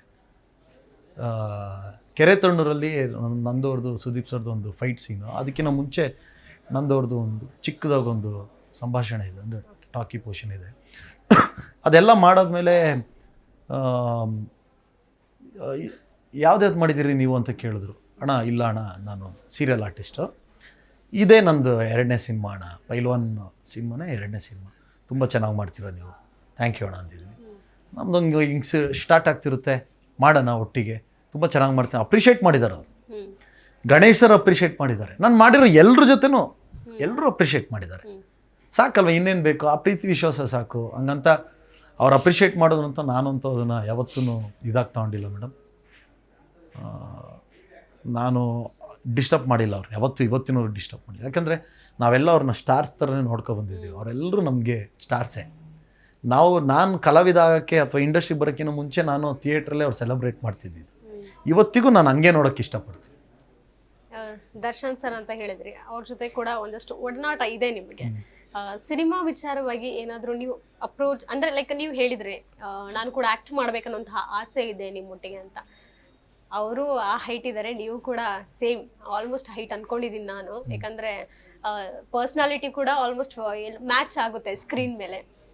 ಹೇಗಿರುತ್ತೆ ಒಬ್ಬರ ಅಕಸ್ಮಾತ್ ಇಬ್ರು ಕಾಣಿಸ್ಕೊಂಡ್ರೆ ಅನ್ನೋಂಥದ್ದು, ನೀವು ವಿಲನ್ ಆಗಿ ಅವ್ರು ಅದೇ ಹೀರೋ ಆಗಿ ಇದ್ರೆ ಅನ್ನೋಂಥದ್ದು ಇಮ್ಯಾಜಿನ್ ಮಾಡಿದ್ದೀರಾ? ಅಟ್ಲೀಸ್ಟ್ ಬಂದಿತ್ತೆ ಯಾವತ್ತಾದ್ರು? ಅನ್ಕೊಂಡಿದ್ದೀನಿ ಮೇಡಮ್. ನಾನೇ ಕಲಾವಿದನಿಗೆ ಯೋಚನೆ ಇದು ಜಾಸ್ತಿ, ಕನಸು ಜಾಸ್ತಿ, ಲಿಮಿಟೇಷನ್ಸ್ ಇರೋದೇ ಇಲ್ಲ. ಅವ್ರ ಜೊತೆ ಮಾಡ್ಬೇಕು, ಇವ್ರ ಜೊತೆ ಮಾಡ್ಬೇಕು, ಹಂಗೆ ಮಾಡ್ಬೇಕು, ಹಿಂಗೆ ಮಾಡ್ಬೇಕು ಎಲ್ಲ ಬಂದಿರುತ್ತೆ. ಅಣ್ಣನ ಜೊತೆ ಮಾಡಬೇಕು ಅಂತ ಅಂದಾಗ ಸ್ವಲ್ಪ ಹಂಗೆ ಇರಬೇಕು. ಅದು 2 ಕಡೆನೂ ಪವರ್ ಹಂಗೆ ಇರಬೇಕು. ಲಾಸ್ಟಿಗೆ ನಾನೇ ಸೋಲ್ಬೇಕು, ಖಂಡಿತವಾಗ್ಲೂ ಸೋಲ್ತೀನಿ, ಬರ್ತೀನಿ ವಾಪಸ್, ಅಲ್ಲಿ 2ನೇ ಮಾತಿಲ್ಲ. ನಾನು ಇದಕ್ಕೆ ಇನ್ನೊಂದು ಉದಾಹರಣೆ ಕೊಟ್ಬಿಡ್ತೀನಿ ಅಣ್ಣನ ಬಗ್ಗೆ, ದರ್ಶನ್ ಅಣ್ಣನ ಬಗ್ಗೆ. ನಮ್ಮದು ಸಲಾರ್ ನಡೀತಿತ್ತು ರಾಮೋಜಿ ಫಿಲಮ್ ಸಿಟಿಲಿ. ನಮ್ಮದು left side set, right side Kaatera shooting ನಡೀತಿತ್ತು. ನಾನು ಅಷ್ಟರೊಳಗೆ ಆಲ್ರೆಡಿ ಗರಡಿ ಮುಗಿಸಿದ್ದೆ. ನಾನು ಗರಡಿ ಮುಗಿಸಿ ಆಲ್ರೆಡಿ ಒಂದು ಸುಮಾರು ತಿಂಗಳೇ ಆಗೋಯ್ತು, 4-5 ತಿಂಗಳು ಹತ್ತತ್ರ ಆಗೋಯ್ತು. ನಾನು ಅವ್ರ ಜೊತೆ ಟೈಮ್ ಸ್ಪೆಂಡ್ ಮಾಡಿರೋದು ಗರಡಿ ಮಾಡ್ಬೇಕಾದ್ರೆ 6-7 ದಿನ ಅಷ್ಟೇ. ದರ್ಶನ್ ಸರ್ದು ಶೂಟಿಂಗ್ ನಡೀತಿದೆ ಅಂತ ಅಂತಾರೆ ಯಾರೋ ನಮ್ಮ ಹುಡುಗರು ಬಂದು. ಹೌದಾ, ಅಣ್ಣ ಬಂದಿದ್ದಾರಾ? ಹ್ಞೂ ಅಣ್ಣ, ಎಲ್ಲ ಅಣ್ಣ ಬಂದಿದ್ದಾರೆ. ನಾನೇನು ಮಾಡ್ತೀನಿ, ಸಲಾರ್ ಆಲ್ರೆಡಿ ರೆಡಿಯಾಗಿ ಕೂತಿರ್ತೀವಿ. ನನಗೆ ಒಂದು ಕಡೆ ಯೋಚನೆ, ಈ ಗೆಟಪ್ಪಲ್ಲೇ ಹೋಗ್ಬೇಕಾ ಬ್ಯಾಡ್ವಾ? ಇವ್ರು ಯಾರು ಯಾವನ ನಿಂಗೆ ಹೇಳ್ದವ್ನು ಹೋಗಿ ಗೆಟಪ್ಪಲ್ಲಿ ಇವ್ರು ಯಾರು ಬೈದ್ಬಿಟ್ರೆ ಅದೊಂದು ಕಡೆ. ಇನ್ನು ಅಲ್ಲಿಗೆ ಹೋದಾಗ ಅವ್ರೇನಾದ್ರು ತಪ್ಪು ತಿಳ್ಕೊಬಿಟ್ರೆ ಅಂತ, ಗುರು ಏನಾದರೂ ಆಗೋಗ್ಲಿ ಅಣ್ಣನ ಹೋಗಿ ಮಾತಾಡ್ಸ್ಕೊಬರೋಣ ಅಂದ್ಬಿಟ್ಟು ಹೋದೆ. ನನಗೆ ಅವ್ರನ್ನ ನೆನ್ಪಿಟ್ಕೊಂಡಿರ್ತಾರೆ ಅನ್ನೋದು ನನಗಿಲ್ಲ. ಸುಮ್ಮನೆ ನೋಡ್ಕೊಂಡು ಬರೋಣ, ಮಾತಾಡ್ಸ್ಕೊಂಡು ಅಣ್ಣ ನಮಸ್ತೆ ಅಂತ. ಈಗ ಅಲ್ಲಿ ಬಂದ್ಬಿಟ್ಟು ಕನ್ನಡದವ್ರು ಮಾತಾಡ್ಸಲ್ಲ ಇರ್ತಾರ, 100% ಮಾತಾಡ್ಸ್ತಾರೆ. ಇದ್ರ ಮೇಲೆ ಹೋಗ್ಬಿಟ್ಟೆ. ಹೋದೆ, ಅವ್ರದ್ದು ಸೆಟ್ ಒಳಗಡೆ ಫೈಟಿಂಗ್ ನಡೀತಾ ಇತ್ತು. ಅವ್ರು ಏನಿಲ್ಲ ಅಂದರೂ ಒಂದು 50-60 ಮೀಟ್ರ್ ದೂರದಲ್ಲಿದ್ದಾರೆ ಮೇಡಮ್. ಎಲ್ಲ ಕೂತಿದ್ದಾರೆ. ನಾನು ತರುಣ್ ಸರ್ನ ಮಾತಾಡಿಸ್ತೀನಿ. ಸರ್ ನಮಸ್ತೆ ಸರ್ ಅಂತೀನಿ. ನಮಸ್ತೆ, ಹೇಗಿದ್ದೀರಾ ಅಂತಾರೆ. ಬ್ರದರ್ ಹ್ಞೂ ಸರ್ ಚೆನ್ನಾಗಿದೆ, ನೀವು ಸರ್ ಅಂತೀನಿ. ಸೊ ನಿಂತ್ಕೊಂಡು ನೋಡ್ತಾ ಇರ್ತೀನಿ. ಹಿಂಗೆ ಸುಮಾರು ಜನ ನಿಂತಿರ್ತಾರೆ. ಅವ್ರ ಸೆಟ್ ಅಂದರೆ ಗೊತ್ತಲ್ಲ ಹೆಂಗೆ ನಿಂತಿರ್ತಾರೆ, ಹಂಗೆ ನಿಂತಿರ್ತಾರೆ. ಅಲ್ಲಿ ಟೇಕ್ ಆಗೋಕ್ಕಿಂತ ಮುಂಚೆ ಅಲ್ಲಿಂದ ನಾನು ನೋಡ್ತಾರೆ. ಅವರು ನೋಡ್ಬಿಟ್ಟು ಹಿಂಗೆ ಅಂತಾರೆ ಅಣ್ಣ. ನಾನು ಸುಮ್ಮನೆ ಹಿಂಗೆ ನಿಂತಿರ್ತೀನಿ. ಯಾರನ್ನು ಮಾತಾಡ್ಸ್ತಾರೋ ಅಂತ ನಾನು ಸುಮ್ಮನೆ ನಿಂತಿರ್ತೀನಿ. ಪಕ್ಕದಲ್ಲಿದ್ದವನು ರೇ ಸ್ವಾಮಿ ನಿಮ್ಮನ್ನೇ ಕಂಡ್ರಿ ಅಂತ ನಾವು ನನ್ನ ಅಣ್ಣ ನಮಸ್ಕಾರ ಅಣ್ಣ ಅಂತೀನಿ. ಒಂದ್ಸಲ ಹಿಂದೆ ಹಿಂಗೆಲ್ಲ ತಿರುಗ್ಬಿಟ್ಟು ನೋಡಿದ್ರೆ ನನಗೆ ಹಾಯ್ ಹೇಳಿದ್ರ ಅಥವಾ ಯಾರು ನಾನು ಯಾವ ದೊಡ್ಡ ಇವನು ಅವರು ನನ್ನ ಹಿಂಗೆ ಅನ್ನಕ್ಕೆ ಅದೇ ಇವನು ಅಣ್ಣ ನಿಮ್ಮನ್ನೇ ಕಂಡ್ರಿ ಅಂತ ನಾವು ನನ್ನ ಅಣ್ಣ ನಮಸ್ಕಾರ ಅಣ್ಣ ಅಂತೀನಿ ನಾನು. ಹಂಗಾದ್ರೆ ಕೂತ್ಕೊಳ್ಳಿ ಅಂತಾರೆ ಹಿಂಗೆ. ನಾನು ಅಣ್ಣ ಇರಲಿ ಅಣ್ಣ, ಯಾವನ ಅವ್ನು ಚೇರ್ ಹಾಕಲ್ಲಿ ಅಂತಾರೆ. ಚೇರ್ ತಂದು ಹಾಕ್ತಾರೆ, ಕೂತ್ಕೊಳ್ತೀನಿ. ಬರ್ತಾರೆ ಅಣ್ಣ ಬಂದು ಅವ್ರು ಕೂತ್ಕೊಳ್ತಾರೆ. ನಾನು ನಿಂತ್ಕೊಳ್ತೀನಿ. ಕೂತ್ಕೊಳ್ಳಿ, ಚೆನ್ನಾಗಿದ್ದೀರಾ ಅಂತಾರೆ. ಅಣ್ಣ ಚೆನ್ನಾಗಿ ಅಣ್ಣ ನೆನಪಾಯ್ತಂದೆ. ನೀವೇನ್ರಿ ಕಲಾವಿದ್ರೆ? ನಮ್ಮ ಕಲಾವಿದ್ರನ್ನ ನಾವು ಹಂಗೆ ಮರೆಯೋಕ್ಕಾಗುತ್ತಾ? ಕಲಾವಿದ್ರೆ ಅಂತಲೇ ಕರೆದಿರೋದು ಇಲ್ಲಿವರೆಗೂ. ಅಣ್ಣ ಸಲಾರ್ ಮಾಡ್ತೀನಿ, ಭಾಳ ಖುಷಿ ಆಗುತ್ತೆ. ನಮ್ಮ ಕಲಾವಿದ್ರುಗಳೆಲ್ಲ ಬಂದು ಹಿಂಗೆ ಮಾಡ್ತಿರೋ ದೊಡ್ಡ ದೊಡ್ಡ ಸಿನಿಮಾ ಭಾಳ ಖುಷಿ ಆಗುತ್ತೆ ಅಂದು. ಕಾಫಿ ಟೀ ಅಣ್ಣ ಇಲ್ಲ ಅಣ್ಣ, ಮಜ್ಜಿಗೆ ಅಣ್ಣ ಮಜ್ಜಿಗೆ ತರಿಸ್ಕೊಡ್ತಾರೆ, ಕುಡಿತೀನಿ. ಕುಡಿದಾದ್ಮೇಲೆ ಅಣ್ಣ ಮತ್ತೆ ಕೇಳ್ತೀನಿ ಅಣ್ಣ ನಿಮ್ಮ ಜೊತೆ ಕೆಲಸ ಮಾಡೋಕ್ಕೆ. ಖಂಡಿತವಾಗ್ಲೂ ಸುಮ್ಮನೆ ನಾನು ಕರೆಯಲ್ಲ ಕಲಾವಿದ್ರೆ, ತೂಕವಾಗಿದ್ದಾಗ ಪಾತ್ರಗಳು ಮಾತ್ರ ನಾನು ಕರಿತೀನಿ ನಿಮ್ಮನ್ನ ಅಂತ ಹೇಳ್ತಾರೆ. ಆಯ್ತಣ್ಣ ಬರ್ತೀನಿ ಅಂತ ಬರ್ತೀನಿ. ಅಟ್ಲೀಸ್ಟ್ ನಿಮ್ಗೆ ಒಂದು ತೃಪ್ತಿ ಇತ್ತು, ಅಷ್ಟು ದೂರ ಸೆಟ್ ನಡೀತಾ ಇತ್ತು. ನನಗೆ ತೃಪ್ತಿನ ಖುಷಿ ನನಗೆ. ನಾನು ನಮ್ಮ ಹುಡುಗರು ಎಲ್ಲೋ ನೋಡಲ್ಲ ಅಣ್ಣ ನನ್ನೇ ಮಾತಾಡಿಸ್ಬಿಟ್ರು ಅಂತ ನನಗೆ ಪ್ರೌಡ್ ಮೂಮೆಂಟ್. ಫೋಟೋ ಏನಾದ್ರು ತಗೊಂಡ್ರ? ಇಲ್ಲ ನನಗೆ ಫೋಟೋ ತಗೊಳ್ಳೋ ಹುಚ್ಚಿಲ್ಲ, ಕೆಲಸ ಮಾಡಬೇಕು ಹುಚ್ಚಿದೆ. ನಾನೊಂದು ಫುಲ್ ಫ್ಲೇಡ್ಜ್ ಅವ್ರ ಜೊತೆ ಸಿನಿಮಾ ಮಾಡ್ತೀನಿ ಅಂದರೆ ಅದಕ್ಕಿಂತ ಮೆಮೊರಿ ಇನ್ನೇನು ಬೇಕು ನನಗೆ. ಈಗ ಸದ್ಯಕ್ಕೆ ಅವ್ರದ್ದು ಡೆವಿಲ್ ಸಿನಿಮಾ ಟೀಸರ್ ಲುಕ್ ಏನಾದರೂ ನೋಡಿದ್ರ? ಅವರು ಯಾವಾಗಲೂ ಹಂಗೆ ಕಾಣಿಸ್ತಾರೆ, ಸಖತ್ ಯೂಸ್ ಆಗಿ. ಈ ಸಿನಿಮಾದಲ್ಲೂ ಹಾಗೆ ಕಾಣಿಸ್ತಿದ್ದಾರೆ. ಹೊರಗಡೆ ಬರುತ್ತೆ ಅಬ್ಬರ ಅಂದರೆ ಅಬ್ಬರ, ನಮಗೆ ಎಲ್ಲ ಹಬ್ಬ ಅಷ್ಟೇ. ಓಕೆ, ಬ್ಯಾಕ್ ಟು ನಿಮ್ಮ ತೆಲುಗು ಇಂಡಸ್ಟ್ರಿ. ಅಖಂಡ 2 ಸಿನಿಮಾದಲ್ಲಿ ನೀವು ಆಕ್ಟ್ ಮಾಡಬೇಕಿತ್ತು, ಆದರೆ ಹೇಗೆ ಮಿಸ್ ಆಯಿತು, ಯಾಕೆ ಮಿಸ್ ಆಯಿತು ಅಂತ? ಇಲ್ಲ, ಅದು ಅವ್ರದ್ದು ಏನೋ ಒಂದು ಕಾರಣಾಂತರಗಳಿಂದ ಅಂದರೆ ಯಾರೋ ಮಲಯಾಳಂ ಆರ್ಟಿಸ್ಟ್ ಏನೋ ಇದು ಮಾಡ್ಕೊಂಡ್ರು. ಅಂದರೆ ನಂದು ಒಂಚೂರು ಅವಾಗ ಡೇಟ್ಸ್ ಇಶ್ಯೂ ಮತ್ತೊಂದು ಇನ್ನೊಂದಾಯಿತು. ಸೊ ಹಂಗಾಗಿ ಮಿಸ್ ಆಯಿತು. ಅದೊಂದು ಕೊರಗಿದೆ, ಬಾಲಯ್ಯ ಅವ್ರ ಜೊತೆ ಮಾಡೋಕ್ಕಾಗಲಿಲ್ವಲ್ಲ ಅನ್ನೋದು. ಜೊತೆಗೆ ಡೈರೆಕ್ಟ್ರು ಕೂಡ ಎಕ್ಸ್ಟ್ರಾರ್ಡನರಿ ಡೈರೆಕ್ಟ್ರು ಅವರು, ಬೋಯಿಪಾಟು ಸೀನು ಅವರು. ಅವ್ರ ಜೊತೆ ಮಾಡೋ ಆಸೆನೂ ಇತ್ತು. ಒಂದು ದೊಡ್ಡ ದೊಡ್ಡ ಸಿನಿಮಾಗಳು ಮಾಡಿರೋರು. ಅವ್ರ ಸಿನಿಮಾಗಳೆಲ್ಲ ನೋಡಿದ್ರೆ ವಿಲನ್ಸ್ಗಳನ್ನ ಹೆಂಗೆ ತೋರಿಸ್ತಾರೆ ಅಂದರೆ ಒಳ್ಳೆ ಬೆಟ್ಟಗಳು ತೋರಿಸ್ತಾರೆ. ಇದು ಬಿಲ್ಡಪ್ ಅದು ಇದು ಕೊಟ್ಟು ಇನ್ನೇನು ಬೇಕು ಮೇಡಮ್ ಕಲಾವಿದರುಗಳಿಗೆ. ಅಂಥವ್ರ ಜೊತೆ ಕೆಲಸ ಮಾಡಬೇಕು. ಈಗ ನಮ್ಮ ವರ್ಷ ಮಾಸ್ಟ್ರ ಜೊತೆ ಕೆಲಸ ಮಾಡಿದಷ್ಟು ಖುಷಿ ಅವ್ರ ಜೊತೆ ಎಲ್ಲ ಕೆಲಸ ಮಾಡಿದ್ರೆ. ಸೊ ಅದೊಂದು ಕೊರಗಿದೆ. ಅದೇ ನಾನು ಹೇಳ್ದಲ್ಲ, ಒಂದಷ್ಟು ನಾನು ಅವಾಗ ಬೇರೆ ಯಾವುದೊಂದು ನಡೀತಾ ಇತ್ತು. ಆಯಿತು ಓಕೆ ಅನ್ನೋ ಥರ ಆಗಿತ್ತು. ಅದಾದಮೇಲೆ ಇಲ್ಲ ಆಗಲ್ಲ, ವೆಯ್ಟ್ ಮಾಡೋಕ್ಕಾಗಲ್ಲ ಅಂದ್ಬಿಟ್ಟು ಮಲಯಾಳಂ ಆರ್ಟಿಸ್ಟ್ ಯಾರು ಹಾಕೊಳ್ಳಿ, ಓಕೆ ಮುಂದಿನ ಯಾವ್ದಾದ್ರು ಒಂದು ದಿನದಲ್ಲಿ ಮಾಡೋಕ್ಕೆ. ಅಭಿನಯದಲ್ಲಿ ಬಾಲಯ್ಯ ಅವರು ಸಾಕಷ್ಟು ಜನಕ್ಕೆ ಇನ್ಸ್ಪಿರೇಷನ್. ಆದರೆ ನಿಜ ಜೀವನದಲ್ಲಿ ಕೆಲವೊಮ್ಮೆ ನಾವು ಸಾಮಾಜಿಕ ಜಾಲತಾಣ ಅಂತ ಹೇಳಿದರೆ ನೀವು ಯಾರನ್ನೂ ಕಂಟ್ರೋಲ್ ಮಾಡೋಕ್ಕಾಗೋದಿಲ್ಲ, ಅದು ಅವರವ್ರ ಮನಸ್ಥಿತಿಗೆ ಬಿಟ್ಟಿರುವಂಥದ್ದು. ಆದರೆ ಅವರ ಟ್ರಾಲ್ಸೇ ಸಿಕ್ಕಾಬಿಟ್ಟೆ ಈಗ ಚಾಲ್ತಿಯಲ್ಲಿರುವಂಥದ್ದು. ಅಂದರೆ ಹೀರೋಯಿನ್ಸ್ ಜೊತೆ ಅವರ ವರ್ತನೆ ಇರಬಹುದು, ಅಂದರೆ ಅವರು ಖಡಕ್ಕಾಗಿ ಹಾಗೇ ಇರಬಹುದೇನೋ, ಬಟ್ ಅದು ಬಿಂಬಿಸಿರೋದು ಬೇರೆ ರೀತಿ ಆಗುತ್ತೆ. ಸೊ ಈ ರೀತಿ ಟ್ರಾಲ್ಸ್ ಎಲ್ಲ ನೋಡಿದಾಗ ನಿಮಗೆ ಪರ್ಸ್ನಲಿ ಏನು ಅನ್ಸುತ್ತೆ? ಮೇಡಮ್, ನಮಗೆ ಆ ಟ್ರೋಲ್ಸ್ಗಳು ನೋಡಿದಾಗ ಮಾತ್ರ ಹಂಗೆ ಅನಿಸ್ಬೋದು. ಬಟ್ ಅವ್ರ ಜೊತೆ ಅವ್ರುಗಳೇ ದಿನನಿತ್ಯ ಕೆಲಸ ಮಾಡ್ತಿರ್ತಾರೆ, ಒಟ್ಟಿಗೆ ಇರ್ತಾರೆ, ಅವ್ರಿಗೆ ಗೊತ್ತಿರುತ್ತಲ್ಲ. ನಮ್ಮ ದೃಷ್ಟಿಕೋನ, ನಾವೀಗ ಇಬ್ಬರು ಕೂತ್ಕೊಂಡು ಮಾತಾಡ್ತಿದ್ವಿ, ಇದನ್ನು ಮ್ಯೂಟ್ ಮಾಡಿದ್ವಿ ಅಂದರೆ ಅಥವಾ ಈ ಮೈಕ್ ಏನೂ ಇಲ್ಲ ಅಂದರೆ ಕೋಟಿ ಮಾತಾಡೋ ಸಮಾಜ. 2 ಮೈಕ್ ಇಟ್ಟರೆ ಮಾತ್ರ ಗೊತ್ತಾಗೋದು ಏನೋ ನಡೀತಿದೆ ಗುರು ಅಂತ. ಈ ನೋಡೋರು ಆಲೋಚನೆ ಮಾಡೋ ಇದಿದೆಯಲ್ಲ, ಒಬ್ಬ ಮನುಷ್ಯ ಕೆಟ್ಟದಾಗಿ ಅಂತಂದ್ರೆ ಕೆಟ್ಟದಾಗೆ ಬರೋದು ಅದು. ಸೊ ಅದನ್ನೆಲ್ಲ ನಾನಂತೂ ಖಂಡಿತವಾಗ್ಲೂ ಅದನ್ನೆಲ್ಲ ಎಂಟರ್ಟೈನು ಮಾಡಲ್ಲ ಮತ್ತು ಅದ್ರ ಬಗ್ಗೆ ಜಾಸ್ತಿ ಇದು ಮಾತಾಡೋಕ್ಕೂ ಅಲ್ಲ ಮೇಡಮ್. ಯಾಕಂದರೆ ಪರಿಸ್ಥಿತಿಗಳು ಅವ್ರವ್ರಿಗೆ ಗೊತ್ತಿರೋ ಸುತ್ತ.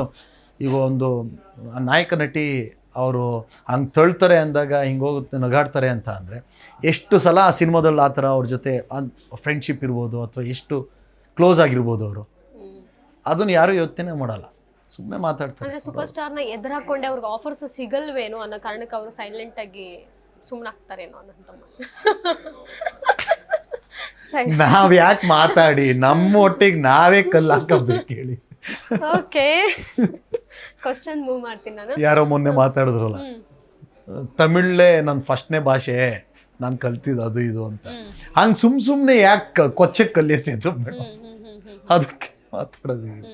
ಈಗ ಚೆಲುವರಾಜ್ ಅನ್ನೋಂಥ ಹೆಸರು ಮೊದ್ಲಿಂದಾನು ಇದೈತಾ ಅಥವಾ ಇಂಡಸ್ಟ್ರಿಗೆ ಬಂದ್ಮೇಲೆ ಏನಾದ್ರು?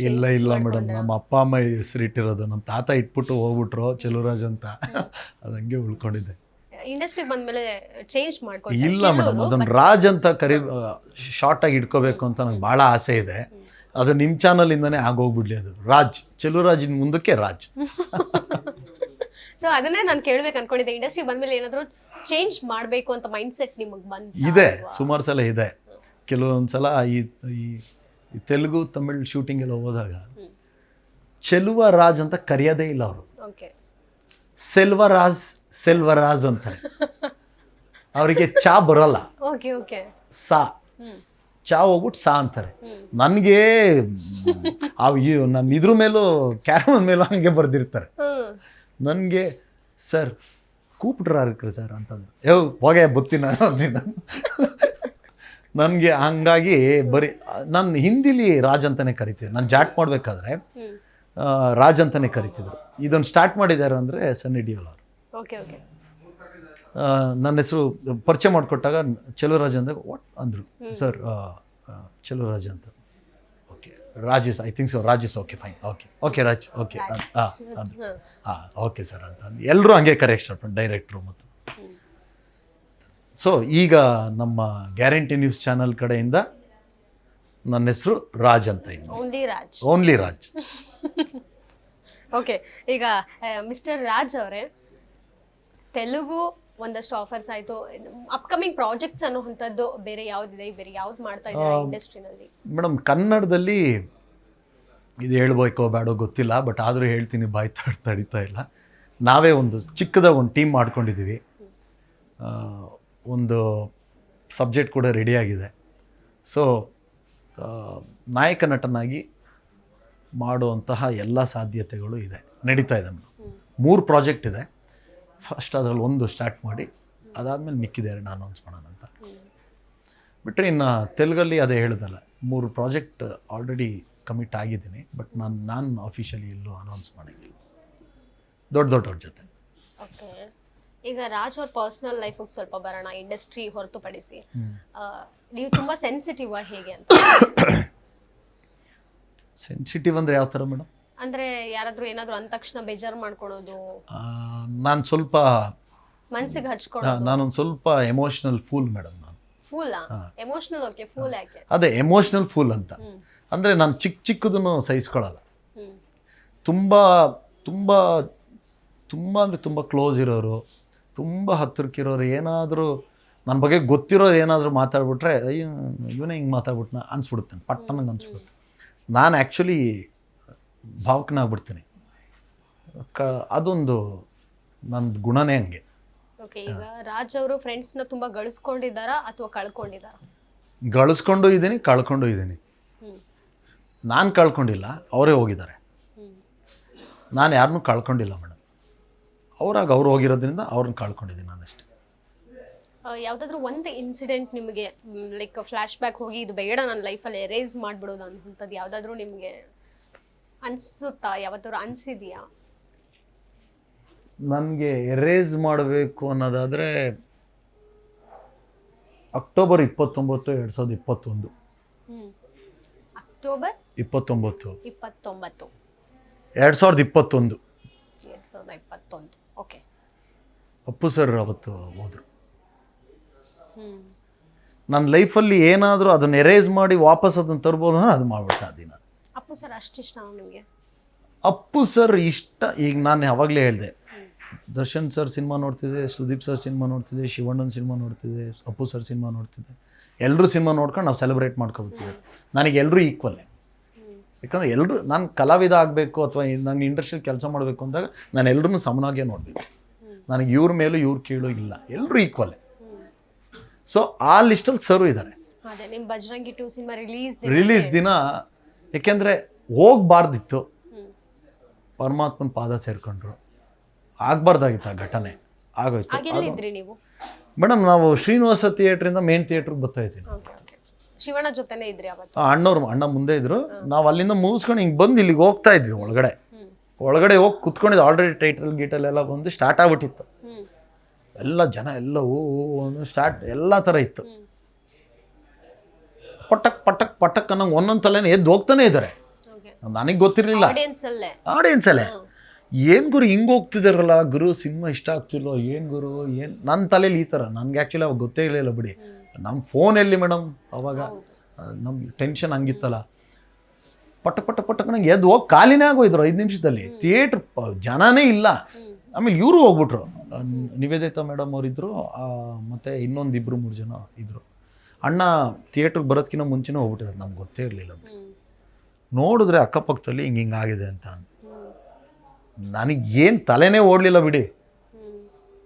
ಈ ಬ್ರೈನ್ ಸ್ಟ್ರೋಕ್ ಆದರೆ ಹೆಂಗಾಗುತ್ತೆ ಹಂಗೆ ಹೋಗ್ಬಿಟ್ಟಿದೆ. ನಾನು ಸುಮ್ಮನೆ ಹಿಂಗೆ ಕೂತಿದ್ದೆ. ನಾನು ಎರಡೂ ನನಗೆ ಲಾಸೇ.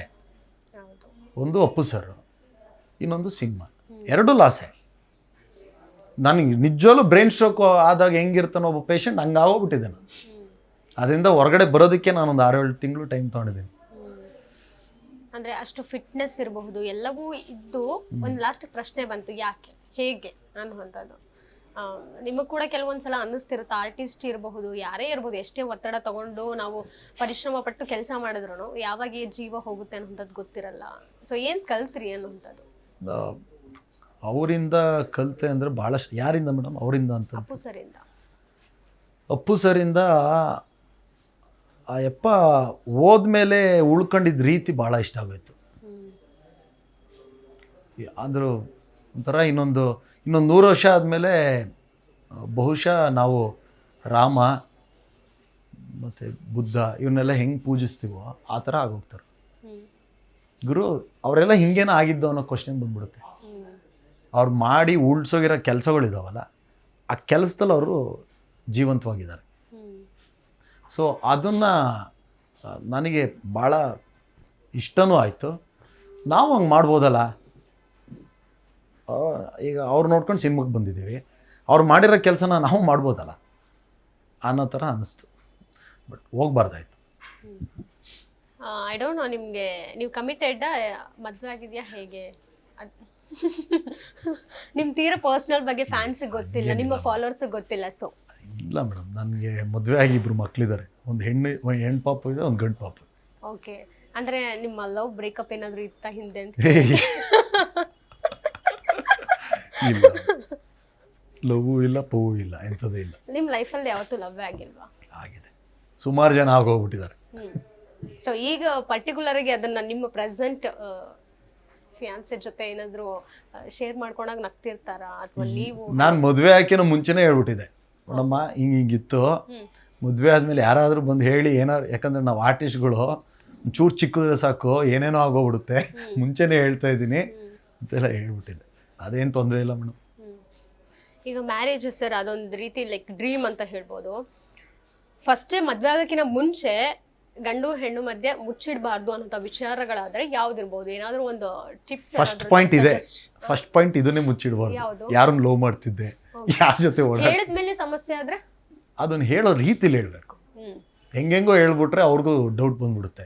ಕರೆಕ್ಟಾಗಿರೋ ರೀತಿಲಿ ಹೇಳಿದ್ರೆ ಅವ್ರು ಅರ್ಥ ಮಾಡ್ಕೊಳ್ತಾರೆ.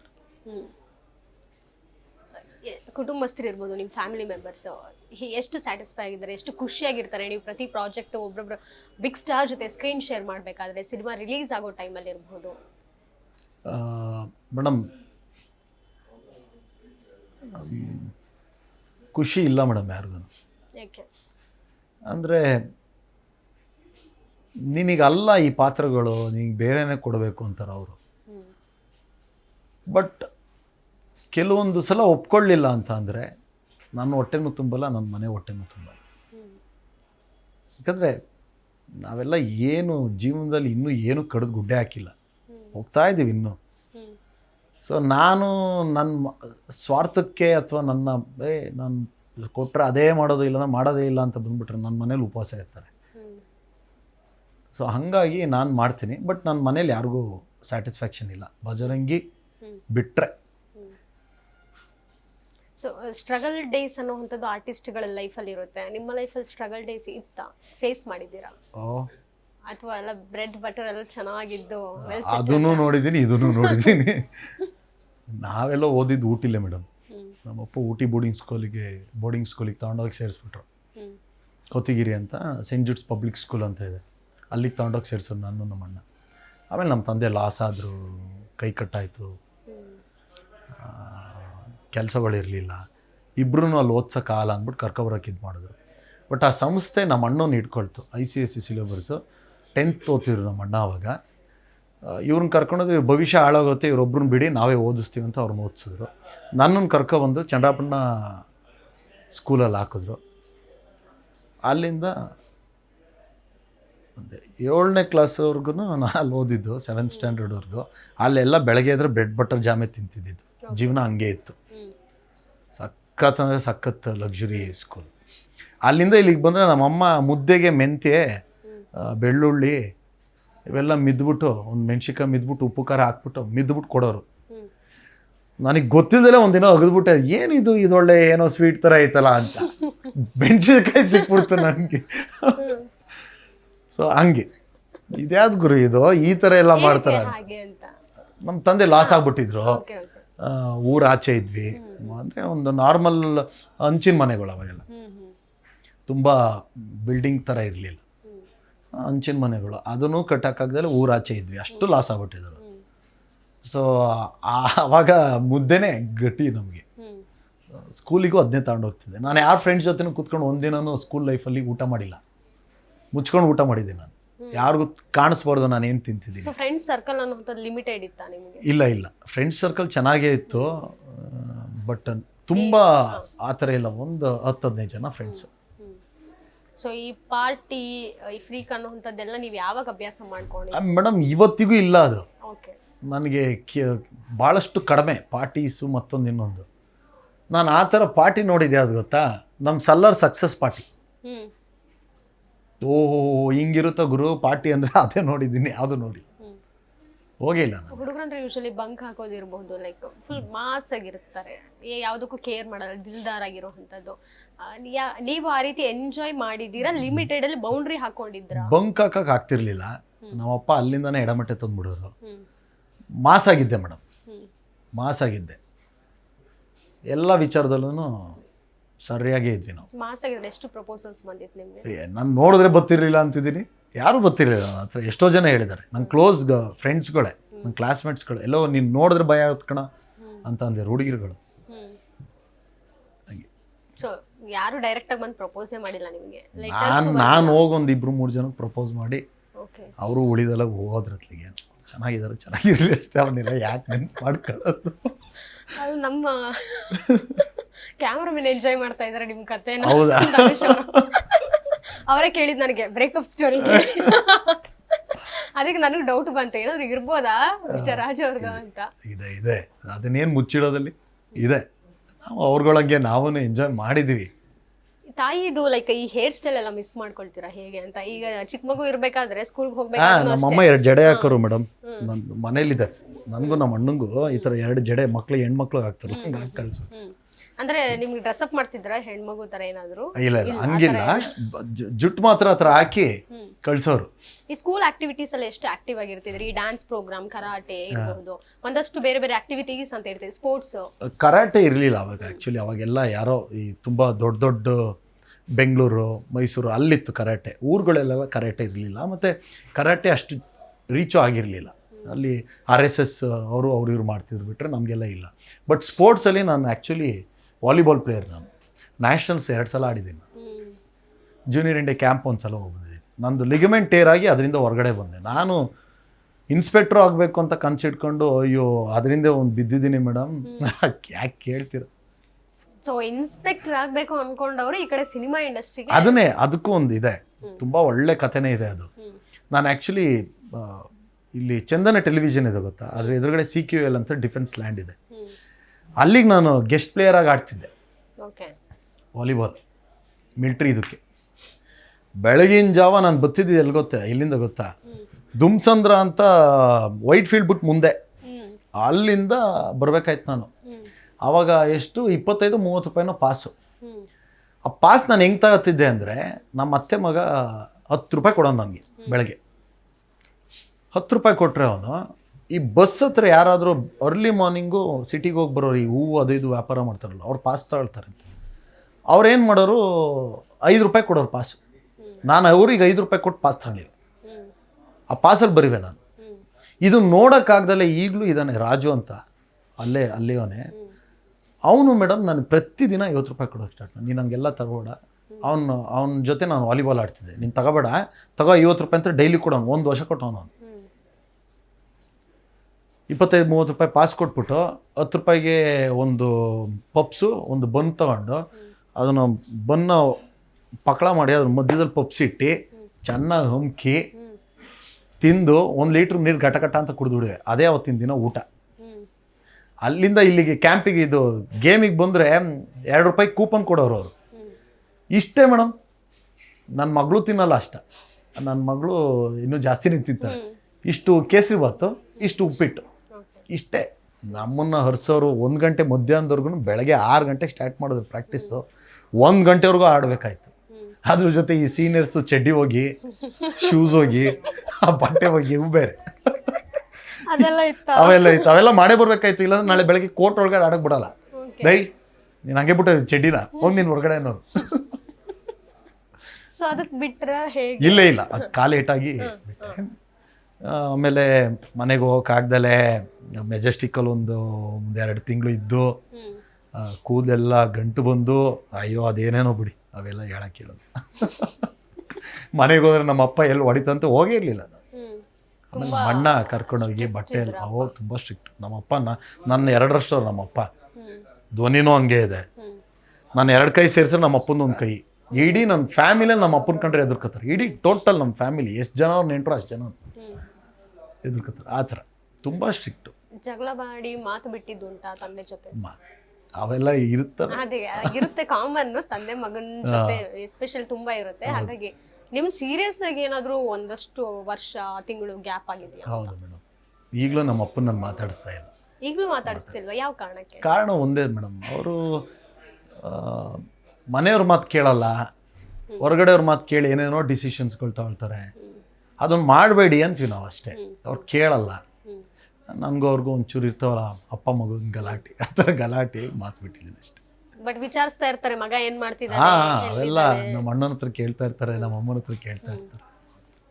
ಒಂದೊಂದ್ಸಲ ಫಾದರ್ಸ್ ಡೇ ಇರುತ್ತೆ, ಇನ್ನೇನ್ ಬಂತು ಇವತ್ತೇ ಅಲ್ವಾ, ನಾಳೆ ಫಾದರ್ಸ್ ಡೇ. ಸೊ ಇಂಥ ಸಂದರ್ಭದಲ್ಲಿ ಕೆಲವರು ಹಾಕೋತಾರೆ, ವಾಟ್ಸಪ್ ಇರ್ಬೋದು, ಸೊ ಆ ಸೆಂಟಿಮೆಂಟ್ ಬರುತ್ತೆ. ಫಾದರ್ ಸೀನ್ ನೋಡ್ಬೇಕಾದ್ರೆ ಇರ್ಬೋದು. ಸೊ ಆ ಸೆಂಟಿಮೆಂಟ್ ಬಂದಾಗ ನಿಮ್ ತಂದೆ ಎಷ್ಟು ನೆನಪಾಗ್ತಾರೆ? ನಾನು ಇವತ್ತಿನವರೆಗೂ ಆ ಥರ ಯಾವುದು ಸ್ಟೇಟಸ್ಗಳು ಹಾಕೊಂಡಿಲ್ಲ ಮೇಡಮ್. ಸ್ಟೇಟಸ್ ಹಾಕೋದೇ ಇಲ್ಲ ನಾನು. ಬರ್ತ್ಡೇ ಅಥವಾ ಇನ್ನೂ ಆ ಥರ ಯಾವುದೂ ಹಾಕಲ್ಲ. ನನ್ನ ಮನಸ್ಸಲ್ಲಿರುತ್ತೆ, ಎಲ್ಲವೂ ನನ್ನ ಮನಸ್ಸಲ್ಲಿರುತ್ತೆ. ನಾನು ಆ ಥರ ಯಾವುದನ್ನೂ ಶೇರ್ ಮಾಡ್ಕೊಳಕ್ಕೆ ಹೋಗಲ್ಲ. ಯಾವಾಗ ಮಾತಾಡಿಸ್ತೀರಾ ನಿಮ್ಮ ತಂದೆನ? ಅವ್ರು ಯಾವಾಗ ಕಂಡು ಊರು ಹೊರಗಡೆಯವ್ರ ಮಾತನ್ನ ಕೇಳ್ಬಿಟ್ಟು ಮನೆಯವ್ರ ಮಾತು ಕೇಳ್ತಾರೆ. Ramachari cinema, mister and Mrs Ramachari cinema ನೆನಪಿಗೆ ಬರ್ತಿದೆ ನನಗೆ. ಯಶ್ ಅವ್ರ ತಂದೆ ಜೊತೆ ಮಾತಾಡ್ತಾ ಇರಲಿಲ್ಲ. ಯಾಕೆಂದರೆ ವಯಸ್ಸಾಗಿರುತ್ತೆ, ನಮಗೂ ಇರುತ್ತೆ ನಮ್ಮ ತಂದೆ ತಾಯಿ ಹಿಂಗಿರಬೇಕು ಅವ್ರು, ಯಾಕಂದರೆ ಕಷ್ಟಪಟ್ಟು ನಮ್ಮನ್ನೆಲ್ಲ ಬೆಳೆಸಿರ್ತಾರೆ, ಅವ್ರು ನಾವು ಹಿಂಗೆ ನೋಡ್ಕೋಬೇಕಂತ ಇರುತ್ತೆ.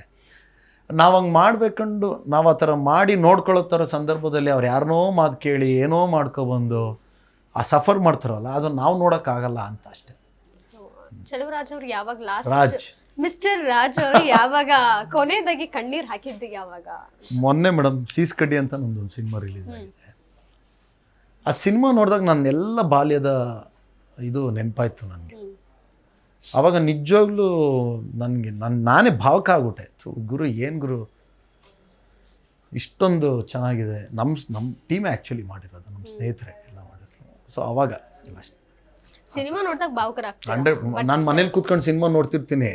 ನನ್ನ ಮಗಳು ಮೇಡಮ್ 4 ವರ್ಷ, ನನ್ನ ವೈಫು ಅವರು ನನ್ನ ಮಗಳು ಆಡ್ಕೊತಾಳೆ. ಯಾವ್ದಾರ ಎಮೋಷನಲ್ ಸೀನು ಅದು ಇದು ಬಂದಾಗ ನನಗೆ ಬಂದ್ಬಿಡುತ್ತೆ, ಹಿಂಗೆಲ್ಲ ಹೊತ್ಬಿಡ್ತೀನಿ ನಾನು. ಅಷ್ಟು ಇನ್ವಾಲ್ವ್ ಆಗಿರ್ತೀರಾ ನೀವು ಆಡಿಯನ್ಸ್. ಅಂದರೆ ನಾನೊಬ್ಬ ಕಲಾವಿದ ಆಗಿ ಆ ಪಾತ್ರನ ನಾನು ಫೀಲ್ ಮಾಡ್ತಿರ್ತೀನಿ. ಸೊ ಅದು ಬಂದ್ಬಿಡುತ್ತೆ. ಸಿನಿಮಾನ ಹೊರತುಪಡಿಸಿ ಏನಾದರೂ ಎಮೋಷನ್ ಆಗಿ ಅದೇ ಹೇಳಿದ್ನಲ್ಲ ಮೇಡಮ್, ನಾನು ಕೆಲವೊಂದು ಈ ರೋಡಲ್ಲಿ ಒಂದಷ್ಟು ಜನರು ನೋಡಿದ್ರೆ ನನಗಾಗಲ್ಲ, ಪಟ್ಟನಂಗೆ ನಾನು ಬೇಗ ರಿಸೀವ್ ಮಾಡಿಬಿಡ್ತೀನಿ. ಯಾರು ಮೇಡಮ್ ನನ್ನ ಹತ್ರ ದುಡ್ಡಿತ್ತು ಅಂತ ಅಂದರೆ ನಾನು ಯಾರಿಗಾದ್ರೂ ಏನಾದ್ರು ಕೊಡ್ತೀನಿ ಅಂದರೆ 100 ರೂಪಾಯಿನೇ ಕೊಡೋದು, 10 ರೂಪಾಯಿ 5 ರೂಪಾಯಿ ಕೊಡೋದೇ ಇಲ್ಲ ನಾನು. ಇಲ್ವಾ ನಾನು ಅವ್ರ ಕಡೆ ನೋಡೋಕ್ಕೆ ಹೋಗಲ್ಲ. ಈ ಥರ ನಾನೇನಾದರೂ ನನ್ನ ಕಾರಲ್ಲೋ ಅಥವಾ ವೆಹಿಕಲ್ಲೋ ಹೋಗ್ದಲ್ಲೇ ಅಲ್ಲೆಲ್ಲ ನಿಂತಿದ್ದ ಜಾಗದಲ್ಲಿ ನೋಡ್ತೀನಿ ಅಂದರೆ ಅವ್ರು ಫಸ್ಟ್ ಕರೆದ್ಬಿಟ್ಟು ಕೇಳ್ತೀನಿ, ಏನು ಬೇಕು ನಿನಗೆ ಅಂತೇಳಿ. ಊಟ ಬೇಕು ಮತ್ತೊಂದು ನಾನೇ ಕೊಡಿಸ್ಬಿಟ್ಟು ಹೋಗ್ತೀನಿ. ಮಾಡ್ತಾರೆ, ಸುಮಾರು ಜನ ಮಾಡೋರಿದ್ದಾರೆ, ಇಲ್ಲ ಅಂತ ಹೇಳಲ್ಲ.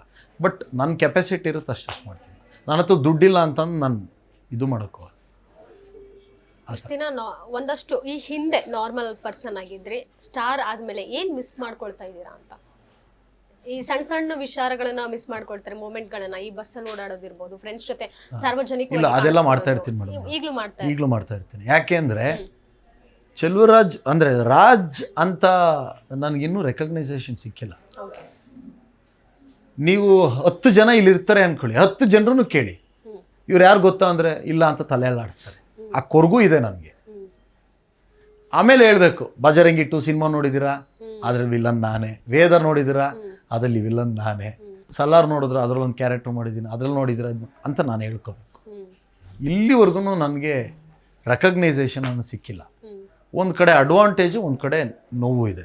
ಅಡ್ವಾಂಟೇಜ್ ಏನು ಅಂದರೆ ಈಗ ನೀವು ಹೇಳಿದ್ರಲ್ಲ, ಬಸ್ಸಲ್ಲಿ ಬೇಕು, ಬಸ್ಸಲ್ಲಿ ಹೋಗ್ತೀನಿ, ನಡ್ಕೊಂಡು ಹೋಗ್ತೀನಿ, ಚಡ್ಡಿ ಗಿಡ್ಡಿ ಹಾಕೊಂಡು ಓಡಾಡ್ತಾ ಇರ್ತೀನಿ, ನನ್ನ ಪಾಡಿ ನಾನು ಸೈಕಲ್ ಓಡ್ಕೊಂಡು ಓಡ್ತಿರ್ತೀನಿ. ನಮಗೆ ಆ ಥರ ಸಿಕ್ಕಿಲ್ಲ ಅನ್ನೋದು ಒಬ್ಬ ಕಲಾವಿದನಿಗೆ ವೆರಿ ಇಂಪಾರ್ಟೆಂಟ್ ಅಲ್ವಾ ಮೇಡಮ್. ಅದಿಲ್ಲ ಅನ್ನೋದೊಂದು ಕೊರಗಿದೆ. ಕೊರಗೇನು ತುಂಬ ನೋವಿದೆ. ನಾನು ದೇವ್ರ ಹತ್ರ ಕೇಳ್ಕೊಬೇಕಾದ್ರೆಲ್ಲ ಕೈ ಮುಗಿತೀನಿ, ರೆಕಗ್ನೈಸೇಷನ್ ಕೊಡಪ್ಪ ತಂದೆ. ಎಷ್ಟು ಮುಖ್ಯ ಆಗುತ್ತೆ ಒಬ್ಬ ಸ್ಟಾರ್ಗೆ ರೆಕಗ್ನೈಸೇಷನ್ ಅಂತ. ಇವತ್ತಿನ ಕಾಲದಲ್ಲಿ ತುಂಬ ಮುಖ್ಯ. ಅದು ಅಡ್ವಾಂಟೇಜ್ ಆಗುತ್ತೆ, ಡಿಸ್ಅಡ್ವಾಂಟೇಜ್ ಇಲ್ಲ ಮೇಡಮ್. ಅಡ್ವಾಂಟೇಜ್ ಕಲಾವಿದರುಗಳಿಗೆ, ಈ ರೀಲ್ಸ್ ಮಾಡೋರ್ಗಲ್ಲ. ಮೇಡಮ್ ತಪ್ಪು ತಿಳ್ಕೊಬೇಡಿ, ಈ ಅರ್ಧಂಬರ್ಧ ಬಟ್ಟೆ ಹಾಕೊಂಡು ಕುಣಿಯೋರ್ನೆಲ್ಲರೂ ನೀವು ಟೈಮ್ ಪಾಸ್ ಮಾಡ್ತಿರಲ್ವಾ, ಅವ್ರಿಗೆ ಸಿಗೋ ರೆಕಗ್ನೈಸೇಷನ್ ನಮಗೆ ಸಿಗಲ್ಲ.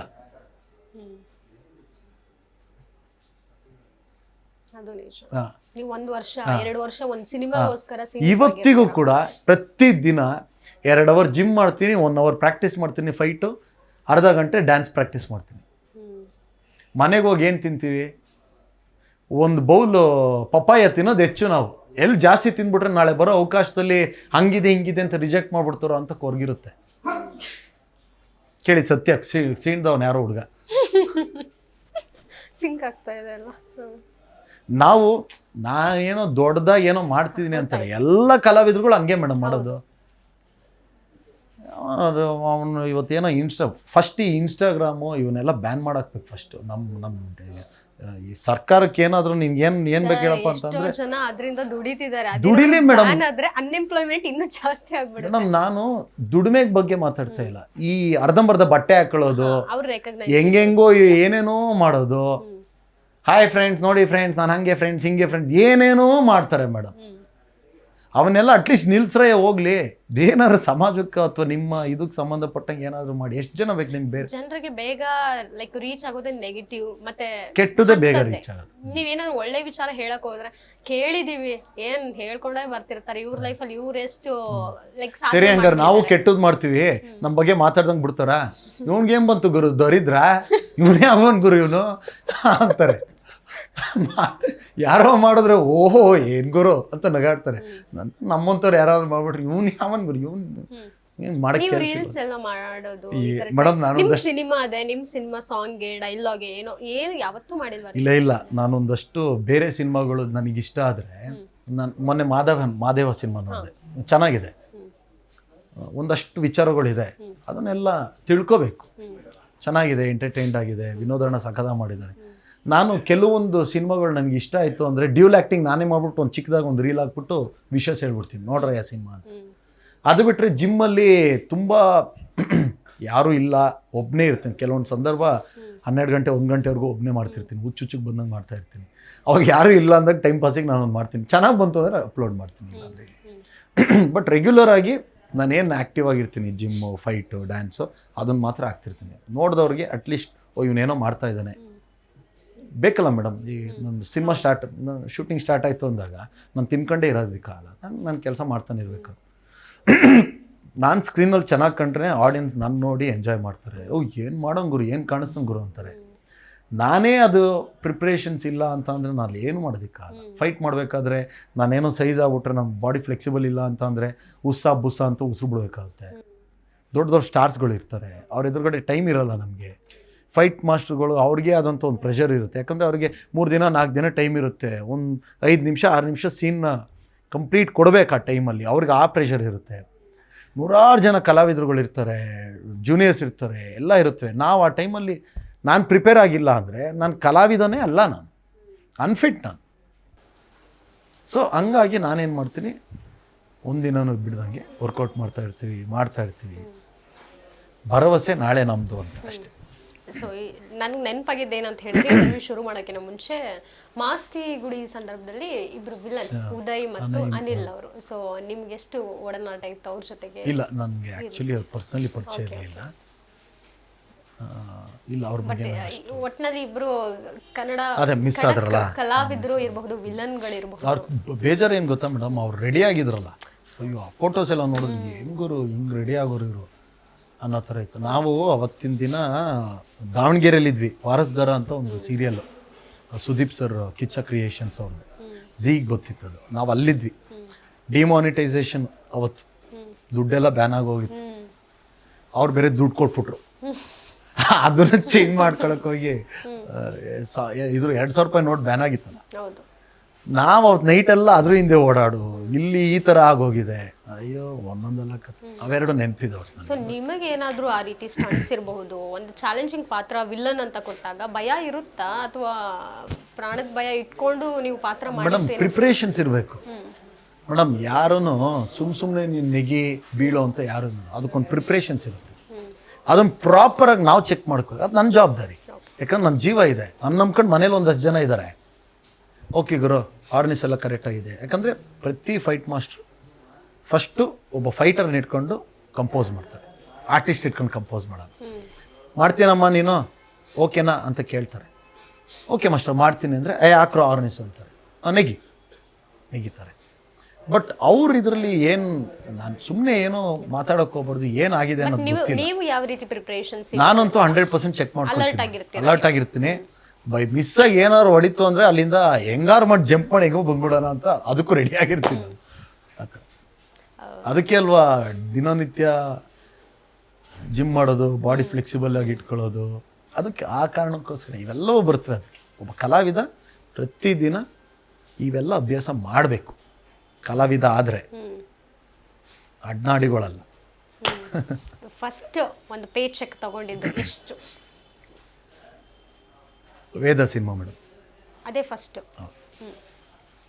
ಎಷ್ಟು ತಗೊಂಡು? ಹರ್ಷ ಮಾಸ್ಟ್ರು ಬರೋ ಇಲ್ಲಿ ಮಗ ಅಂದರು. ಅಷ್ಟು ಅಂದೆ, ಏನೋ ಎಷ್ಟು ಕೇಳ್ತೀವಿ ಅಷ್ಟೇ.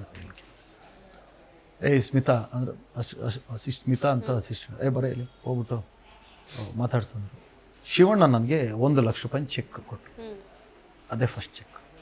ಅಲ್ಲಿವರೆಗೂ ದುಡ್ಡೇ ನೋಡಿಲ್ಲ. ಏನು ಮಾಡಿದ್ರಿ ಅದರಲ್ಲಿ?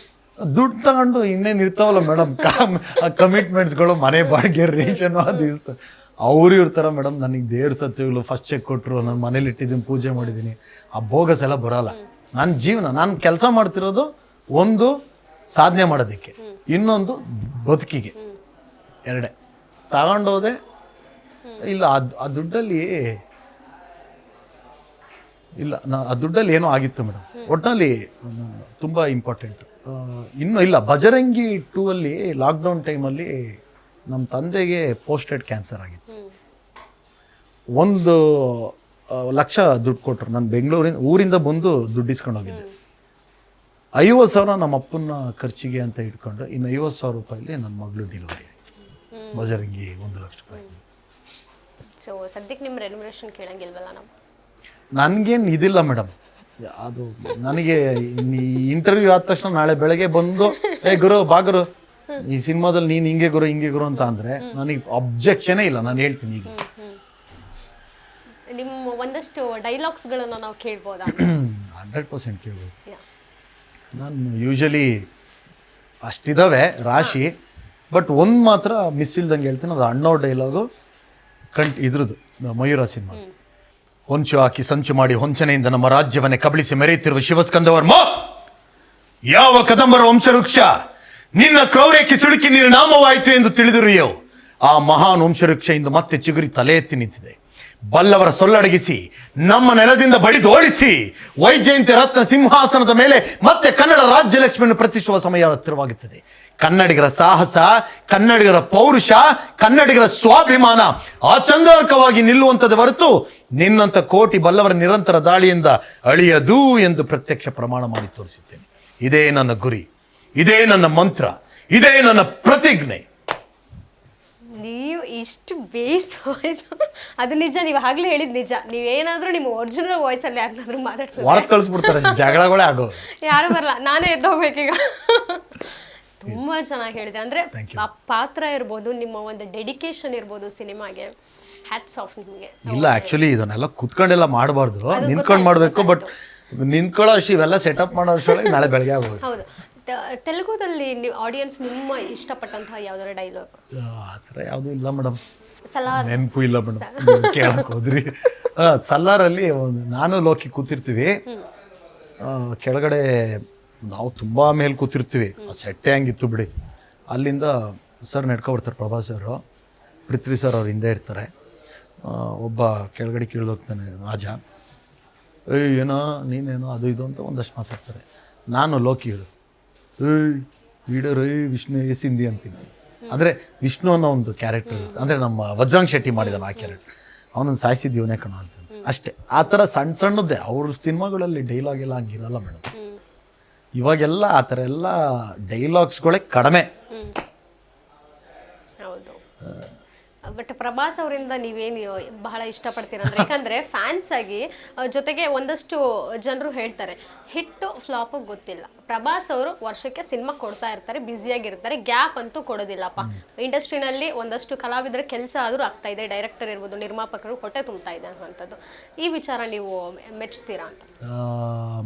ನಾನು ಛತ್ರಪತಿ ಅಂತ ಸಿನಿಮಾ ನೋಡಿದ್ದೆ.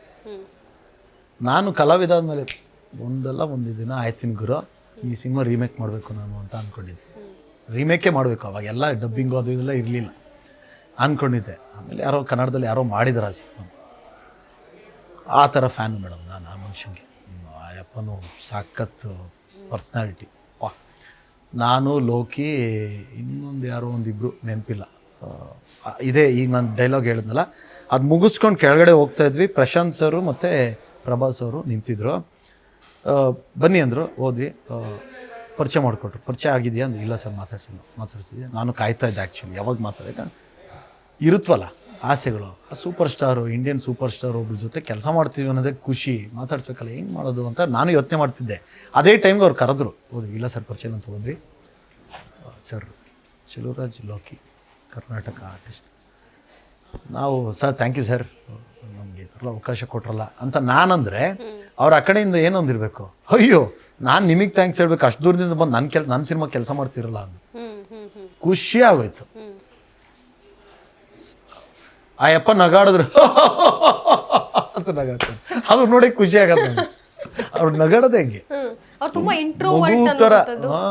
ಮಗು ಥರ ಮನುಷ್ಯ ಯಪ್ಪ. ಅಂದ್ರೆ ತುಂಬಾ ಇಂಟ್ರೋವರ್ಟ ಹೇಗೆ ಅವರು? ಇಂಟ್ರೋವರ್ಟ್ ಅಂದ್ರೆ ಜಾಸ್ತಿ ಹೆಚ್ಚು ಮಾತಾಡೋದಿಲ್ಲ, ಎಷ್ಟು ಅಷ್ಟೇ. ಹೌದು. ಇಲ್ಲ ಮೇಡಮ್, ಅವರೆಲ್ಲ ಅಲ್ಲೆಲ್ಲೋ 100 ಅಡಿ ಮುಂದೆ ಕೂತಿರೋ, ನಾವೆಲ್ಲೋ ಕೂತಿರೋ. ಆಮೇಲೆ ನಮ್ಗೆ ಯಾಕೆ ಸುಮ್ಮನೆ ಹೋಗಿ ಮಾತಾಡಿಸಿ ಅಲ್ಲಿರೋ 4 ಜನ ತೆಗ್ದು ನಮ್ದು ಎಸ್ತು ಅವೆಲ್ಲ ತುಂಬಾ ಸೂಕ್ಷ್ಮವಾಗಿ ಎಲ್ಲವನ್ನು ಅರ್ಥ ಮಾಡ್ಕೊಂಡಿದ್ದೀರಾ ನೀವು. ಯಾಕೆ ಬೇಕು ಮೇಡಮ್, ಎಲ್ಲ ಚೆನ್ನಾಗಿರಲ್ಲ. ಆಮೇಲೆ ಅವ್ರಿಗೂ ಅದು ಚೆನ್ನಾಗಿರಲ್ಲ, ನಮಗೂ ಅದು ಚೆನ್ನಾಗಿರಲ್ಲ. Hi sir. ಇನ್ನು ನಮಗೆ ನಮ್ಮ ದರ್ಶನ್ ಅಣ್ಣ ಅಥವಾ ಸುದೀಪ್ ಸರು ನಮ್ಮವ್ರು ಯಾರು ಸಿಕ್ಬಿಡ್ಲಿ, ತುದಿಗಾಲಿರ್ತೀವಿ ನಮಗೆ, ಕರಿತಾರ ಇಲ್ವಾ ಯಾಕೇಳಿ ನೋಡ್ಕೊ ಬಂದಿದೀವಲ್ಲ, ಇರುತ್ತಲ್ಲ ಪಲ್ಸ್ ಹಿಡಿದಿರ್ತೀರಾ, ನಮ್ದು ಅನ್ನೋದೊಂದು ಇರುತ್ತೆ. ಅವ್ರು ಯಾವ್ದಕ್ಕೆ ರಿಯಾಕ್ಟ್ ಮಾಡ್ತಾರೆ ಅನ್ನೋಂಥದ್ದು ನಿಮಗೆ ಗೊತ್ತಿರುತ್ತೆ. ಈಗ ಸರ್ ಕನ್ನಡದಲ್ಲಿ ನೀವು ಮತ್ತೆ ಬರಬೇಕು ಅಂದರೆ ಕಮ್ಬ್ಯಾಕ್ ಅನ್ನೋ ವರ್ಡ್ ಯೂಸ್ ಮಾಡ್ಬೋದು ಹೇಗೆ ನಿಮಗೆ? ಕಮ್ಬ್ಯಾಕ್ ಅಂತ ಯಾಕಂದ್ರೆ ನೀವು ಗ್ಯಾಪ್ ಕೊಟ್ಬಿಟ್ಟಿದ್ದೀರಲ್ಲ ತುಂಬಾ ವರ್ಷ. ನಾನು ಕೊಟ್ಟಿಲ್ಲ ಮೇಡಮ್, ಇಂಡಸ್ಟ್ರಿ ನಮಗೆ ಕೊಟ್ಟಿದೆ. ಅದು ನಿಜಾನೇ. ಯಾವ ಡೈರೆಕ್ಟರ್ಸು ನಿಮಗೆ ಈಗ ಸದ್ಯಕ್ಕೆ ಅಪ್ರೋಚ್ ಮಾಡ್ತಿಲ್ಲ, ಆದ್ರೆ ಬೇರೆ ಭಾಷೆನಲ್ಲಿ ನೀವು ಬ್ಯುಸಿ ಆಗಿದ್ದೀರಾ ಅನ್ನೋದು ನಮ್ಗೆ ನಿಜವಾಗ್ಲೂ ಖುಷಿ ಇದೆ. ಸುಮ್ಮನೆ ಖಾಲಿ ಕೂತಿಲ್ಲ ಅನ್ನೋಂಥದ್ದು ಬಿಟ್ಟು ಎಲ್ಲೋ ಒಂದ್ ಕಡೆ ಬ್ಯುಸಿ ಆಗಿದ್ದೀರಾ, ಸಿನಿಮಾ ಮಾಡ್ತಾ ಇದ್ದೀರಾ, ಅಲ್ಲೆಲ್ಲೋ ಚಾಲ್ತಿಯಲ್ಲಿದ್ದೀರಾ, ಇಲ್ಲಿ ಹೆಸರು ಅಲ್ಲಿ ತಗೊಂಡೋಗಿ ಪಸರಿಸ್ತಾ ಇದ್ದೀರಾ ಅನ್ನೋಂಥದ್ದು ಒಂದು ಖುಷಿ. ಸೊ ಕನ್ನಡದಲ್ಲಿ ಮತ್ತೆ ಮಾಡಬೇಕು ಅನ್ನೋಂಥದ್ದಕ್ಕೆ ಆಸೆ. ಕೊಟ್ರಪ್ಪ, ಕೈ ಮುಗಿದು ಕೇಳ್ತೀನಿ, ನಮ್ಮಲ್ಲಿ ಕೆಲಸ ಕೊಟ್ರಯ್ಯ. ನೋಡಿದ ಬಿಸಿಯೆಸ್ಟ್ ಪರ್ಸನ್ ಅಂದ್ರೆ ಬಿಸಿಯೆಸ್ಟ್ ಆರ್ಟಿಸ್ಟ್ ಬೇರೆ ಭಾಷೆನಲ್ಲಿ ಬ್ಯುಸಿ ಆಗಿದ್ರು ಕನ್ನಡದಲ್ಲಿ ನನಗೆ ಅವಕಾಶ ಕೊಡಿ ಅಂತ ಕೇಳ್ತಿದ್ದಾರೆ. ಕೊಡಿ, ಖಂಡಿತವಾಗ್ಲೂ ಕೊಡಿ. ನಿಮ್ಮ ಹೆಸರು ಹಾಳು ಮಾಡಲ್ಲ, ನಿಮ್ಮ ಪ್ರಾಜೆಕ್ಟ್ ಹಾಳಾಗಲ್ಲ, ಜೊತೆಗೆ ಕನ್ನಡದವ್ರಾಗ ನಾವು ಕೆಲಸ ಮಾಡ್ತೀವಿ, ಇನ್ನೂ ಡಬಲ್ ಪ್ರೀತಿಲಿ ಕೆಲಸ ಮಾಡ್ತೀವಿ. ನಮ್ಮದು ಅನ್ನೋದಿರುತ್ತೆ, ನನ್ನ ಭಾಷೆ, ನನ್ನ ತಾಯ್ನಾಡು, ನಂದು ಅನ್ನೋದು ಬಂದಾಗ ಕೆಲಸ ಬೇರೆ ಥರನೇ ಮಾಡ್ಬೋದು. ಆಮೇಲೆ ಮೇಡಮ್ ಹೇಳ್ದಂಗೆ ತಪ್ಪು ಗಿಫ್ಟ್ ತಿಳ್ಕೊಬಿಟ್ರು ಮೇಡಮ್. ರೆಮ್ಯುನರೇಷನ್ ಎಲ್ಲ ಇವ್ರು ಅನ್ಕೊಂಡಂಗೆ ಲಕ್ಷ ಗಟ್ಟಲೆ ಎಲ್ಲ ನಾವೇನು ಕೇಳಲ್ಲ ಅಂತ.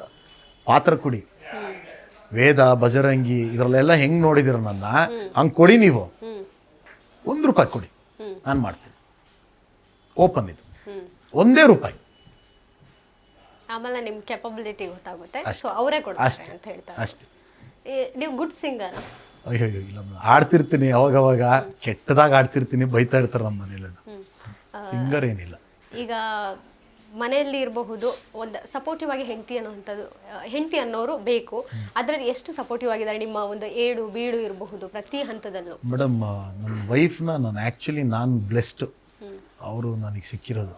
ಏಕೆಂದರೆ ಕಷ್ಟ ಸುಖಗಳನ್ನ ತುಂಬ ಚೆನ್ನಾಗಿ ಬ್ಯಾಲೆನ್ಸ್ ಮಾಡ್ಕೊಂಡು ಹೋಗ್ತಾರೆ. ಮನೇಲಿ ಅಕ್ಕಿ ಇಲ್ಲ ಅಂದ್ರೂ ಅವ್ರಿಗೆ ಗೊತ್ತು ಹೆಂಗೆ ಮಕ್ಳಿಗಾಗಲಿ ನಮಗಾಗಲಿ ಇದಾವಂಥ ಪರಿಸ್ಥಿತಿಗಳು ನಾವು ನೋಡಿದ್ದೀವಿ. ಮದುವೆ ಆದಾಗ 3 ವರ್ಷ ನನ್ನ ಕೆಲಸನೇ ಇಲ್ಲ, ತುಂಬ ಚೆನ್ನಾಗಿ ನಡೆಸ್ಕೊಂಡು ಹೋಗಿದ್ದಾರೆ. ಸೊ ಅದರಲ್ಲೇನು ಎರಡನೇ ಮಾತಿಲ್ಲ, ಈಗಲೂ ನಡೆಸ್ಕೊಂಡು ಹೋಗ್ತಾ ಇದ್ದಾರೆ.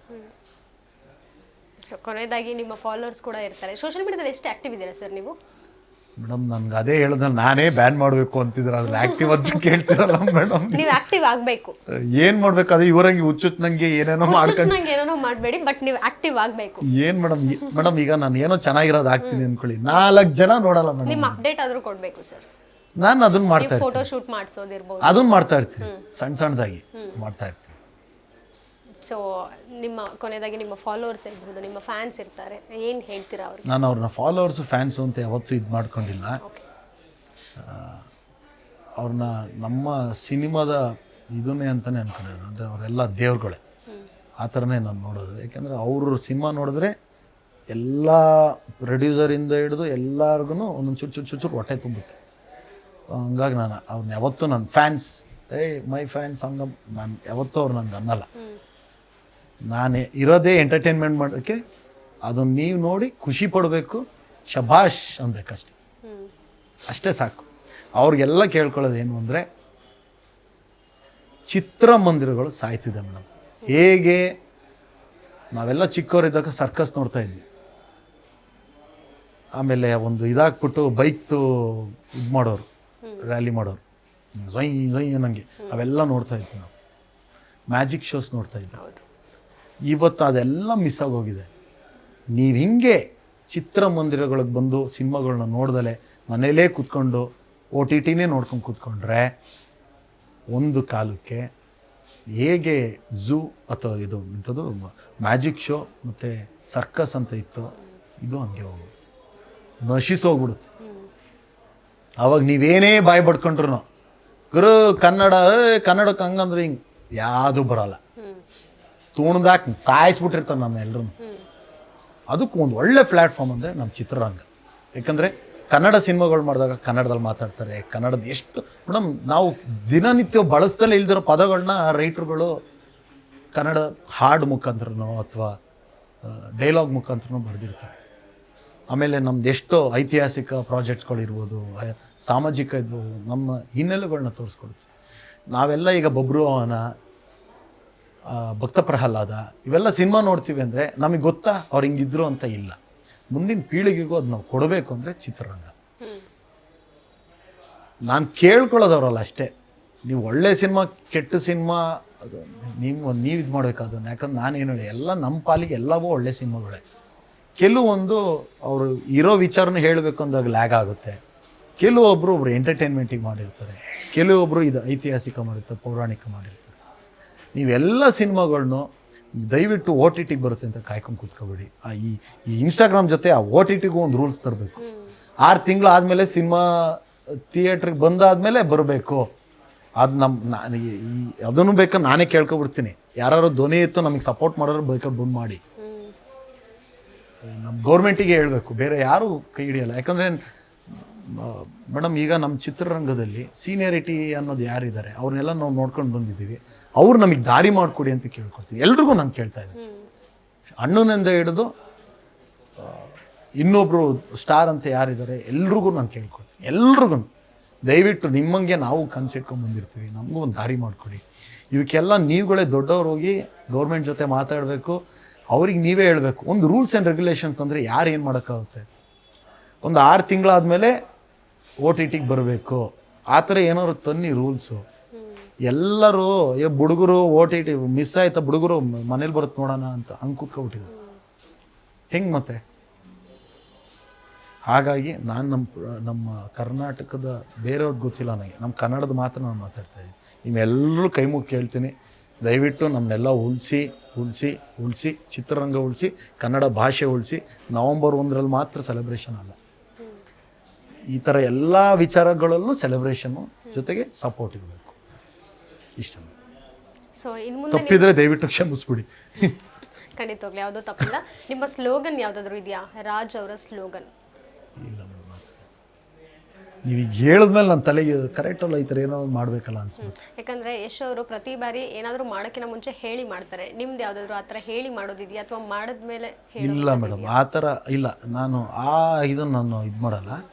ಕೆಲಸ ಫಸ್ಟ್, ಏನಿದ್ರು ಕೆಲಸ ಮಾತಾಡಬೇಕು. ಸೀಕ್ರೆಟ್ ಕೆಲಸ ಮಾಡ್ತೀರಾ? ಆಮೇಲೆ ಬೇಕಂದ್ರೆ ನಾನು ಕೆಲಸ ಮಾಡ್ತೀನಿ, ಸೀಕ್ರೆಟ್ ಯಾರಿಗೂ ಏನು ಹೇಳೋದಿಲ್ಲ, ಬಟ್ ಕೆಲಸ ಮಾಡ್ತೀನಿ. ನಾನು ಕೆಲಸ ಚೆನ್ನಾಗಿ ಮಾಡಿ 4 ಜನಕ್ಕೆ ಮೆಚ್ಚುಗೆ ಆಯ್ತು ತಾನೇ ಅದು ಹೋಗುತ್ತೆ.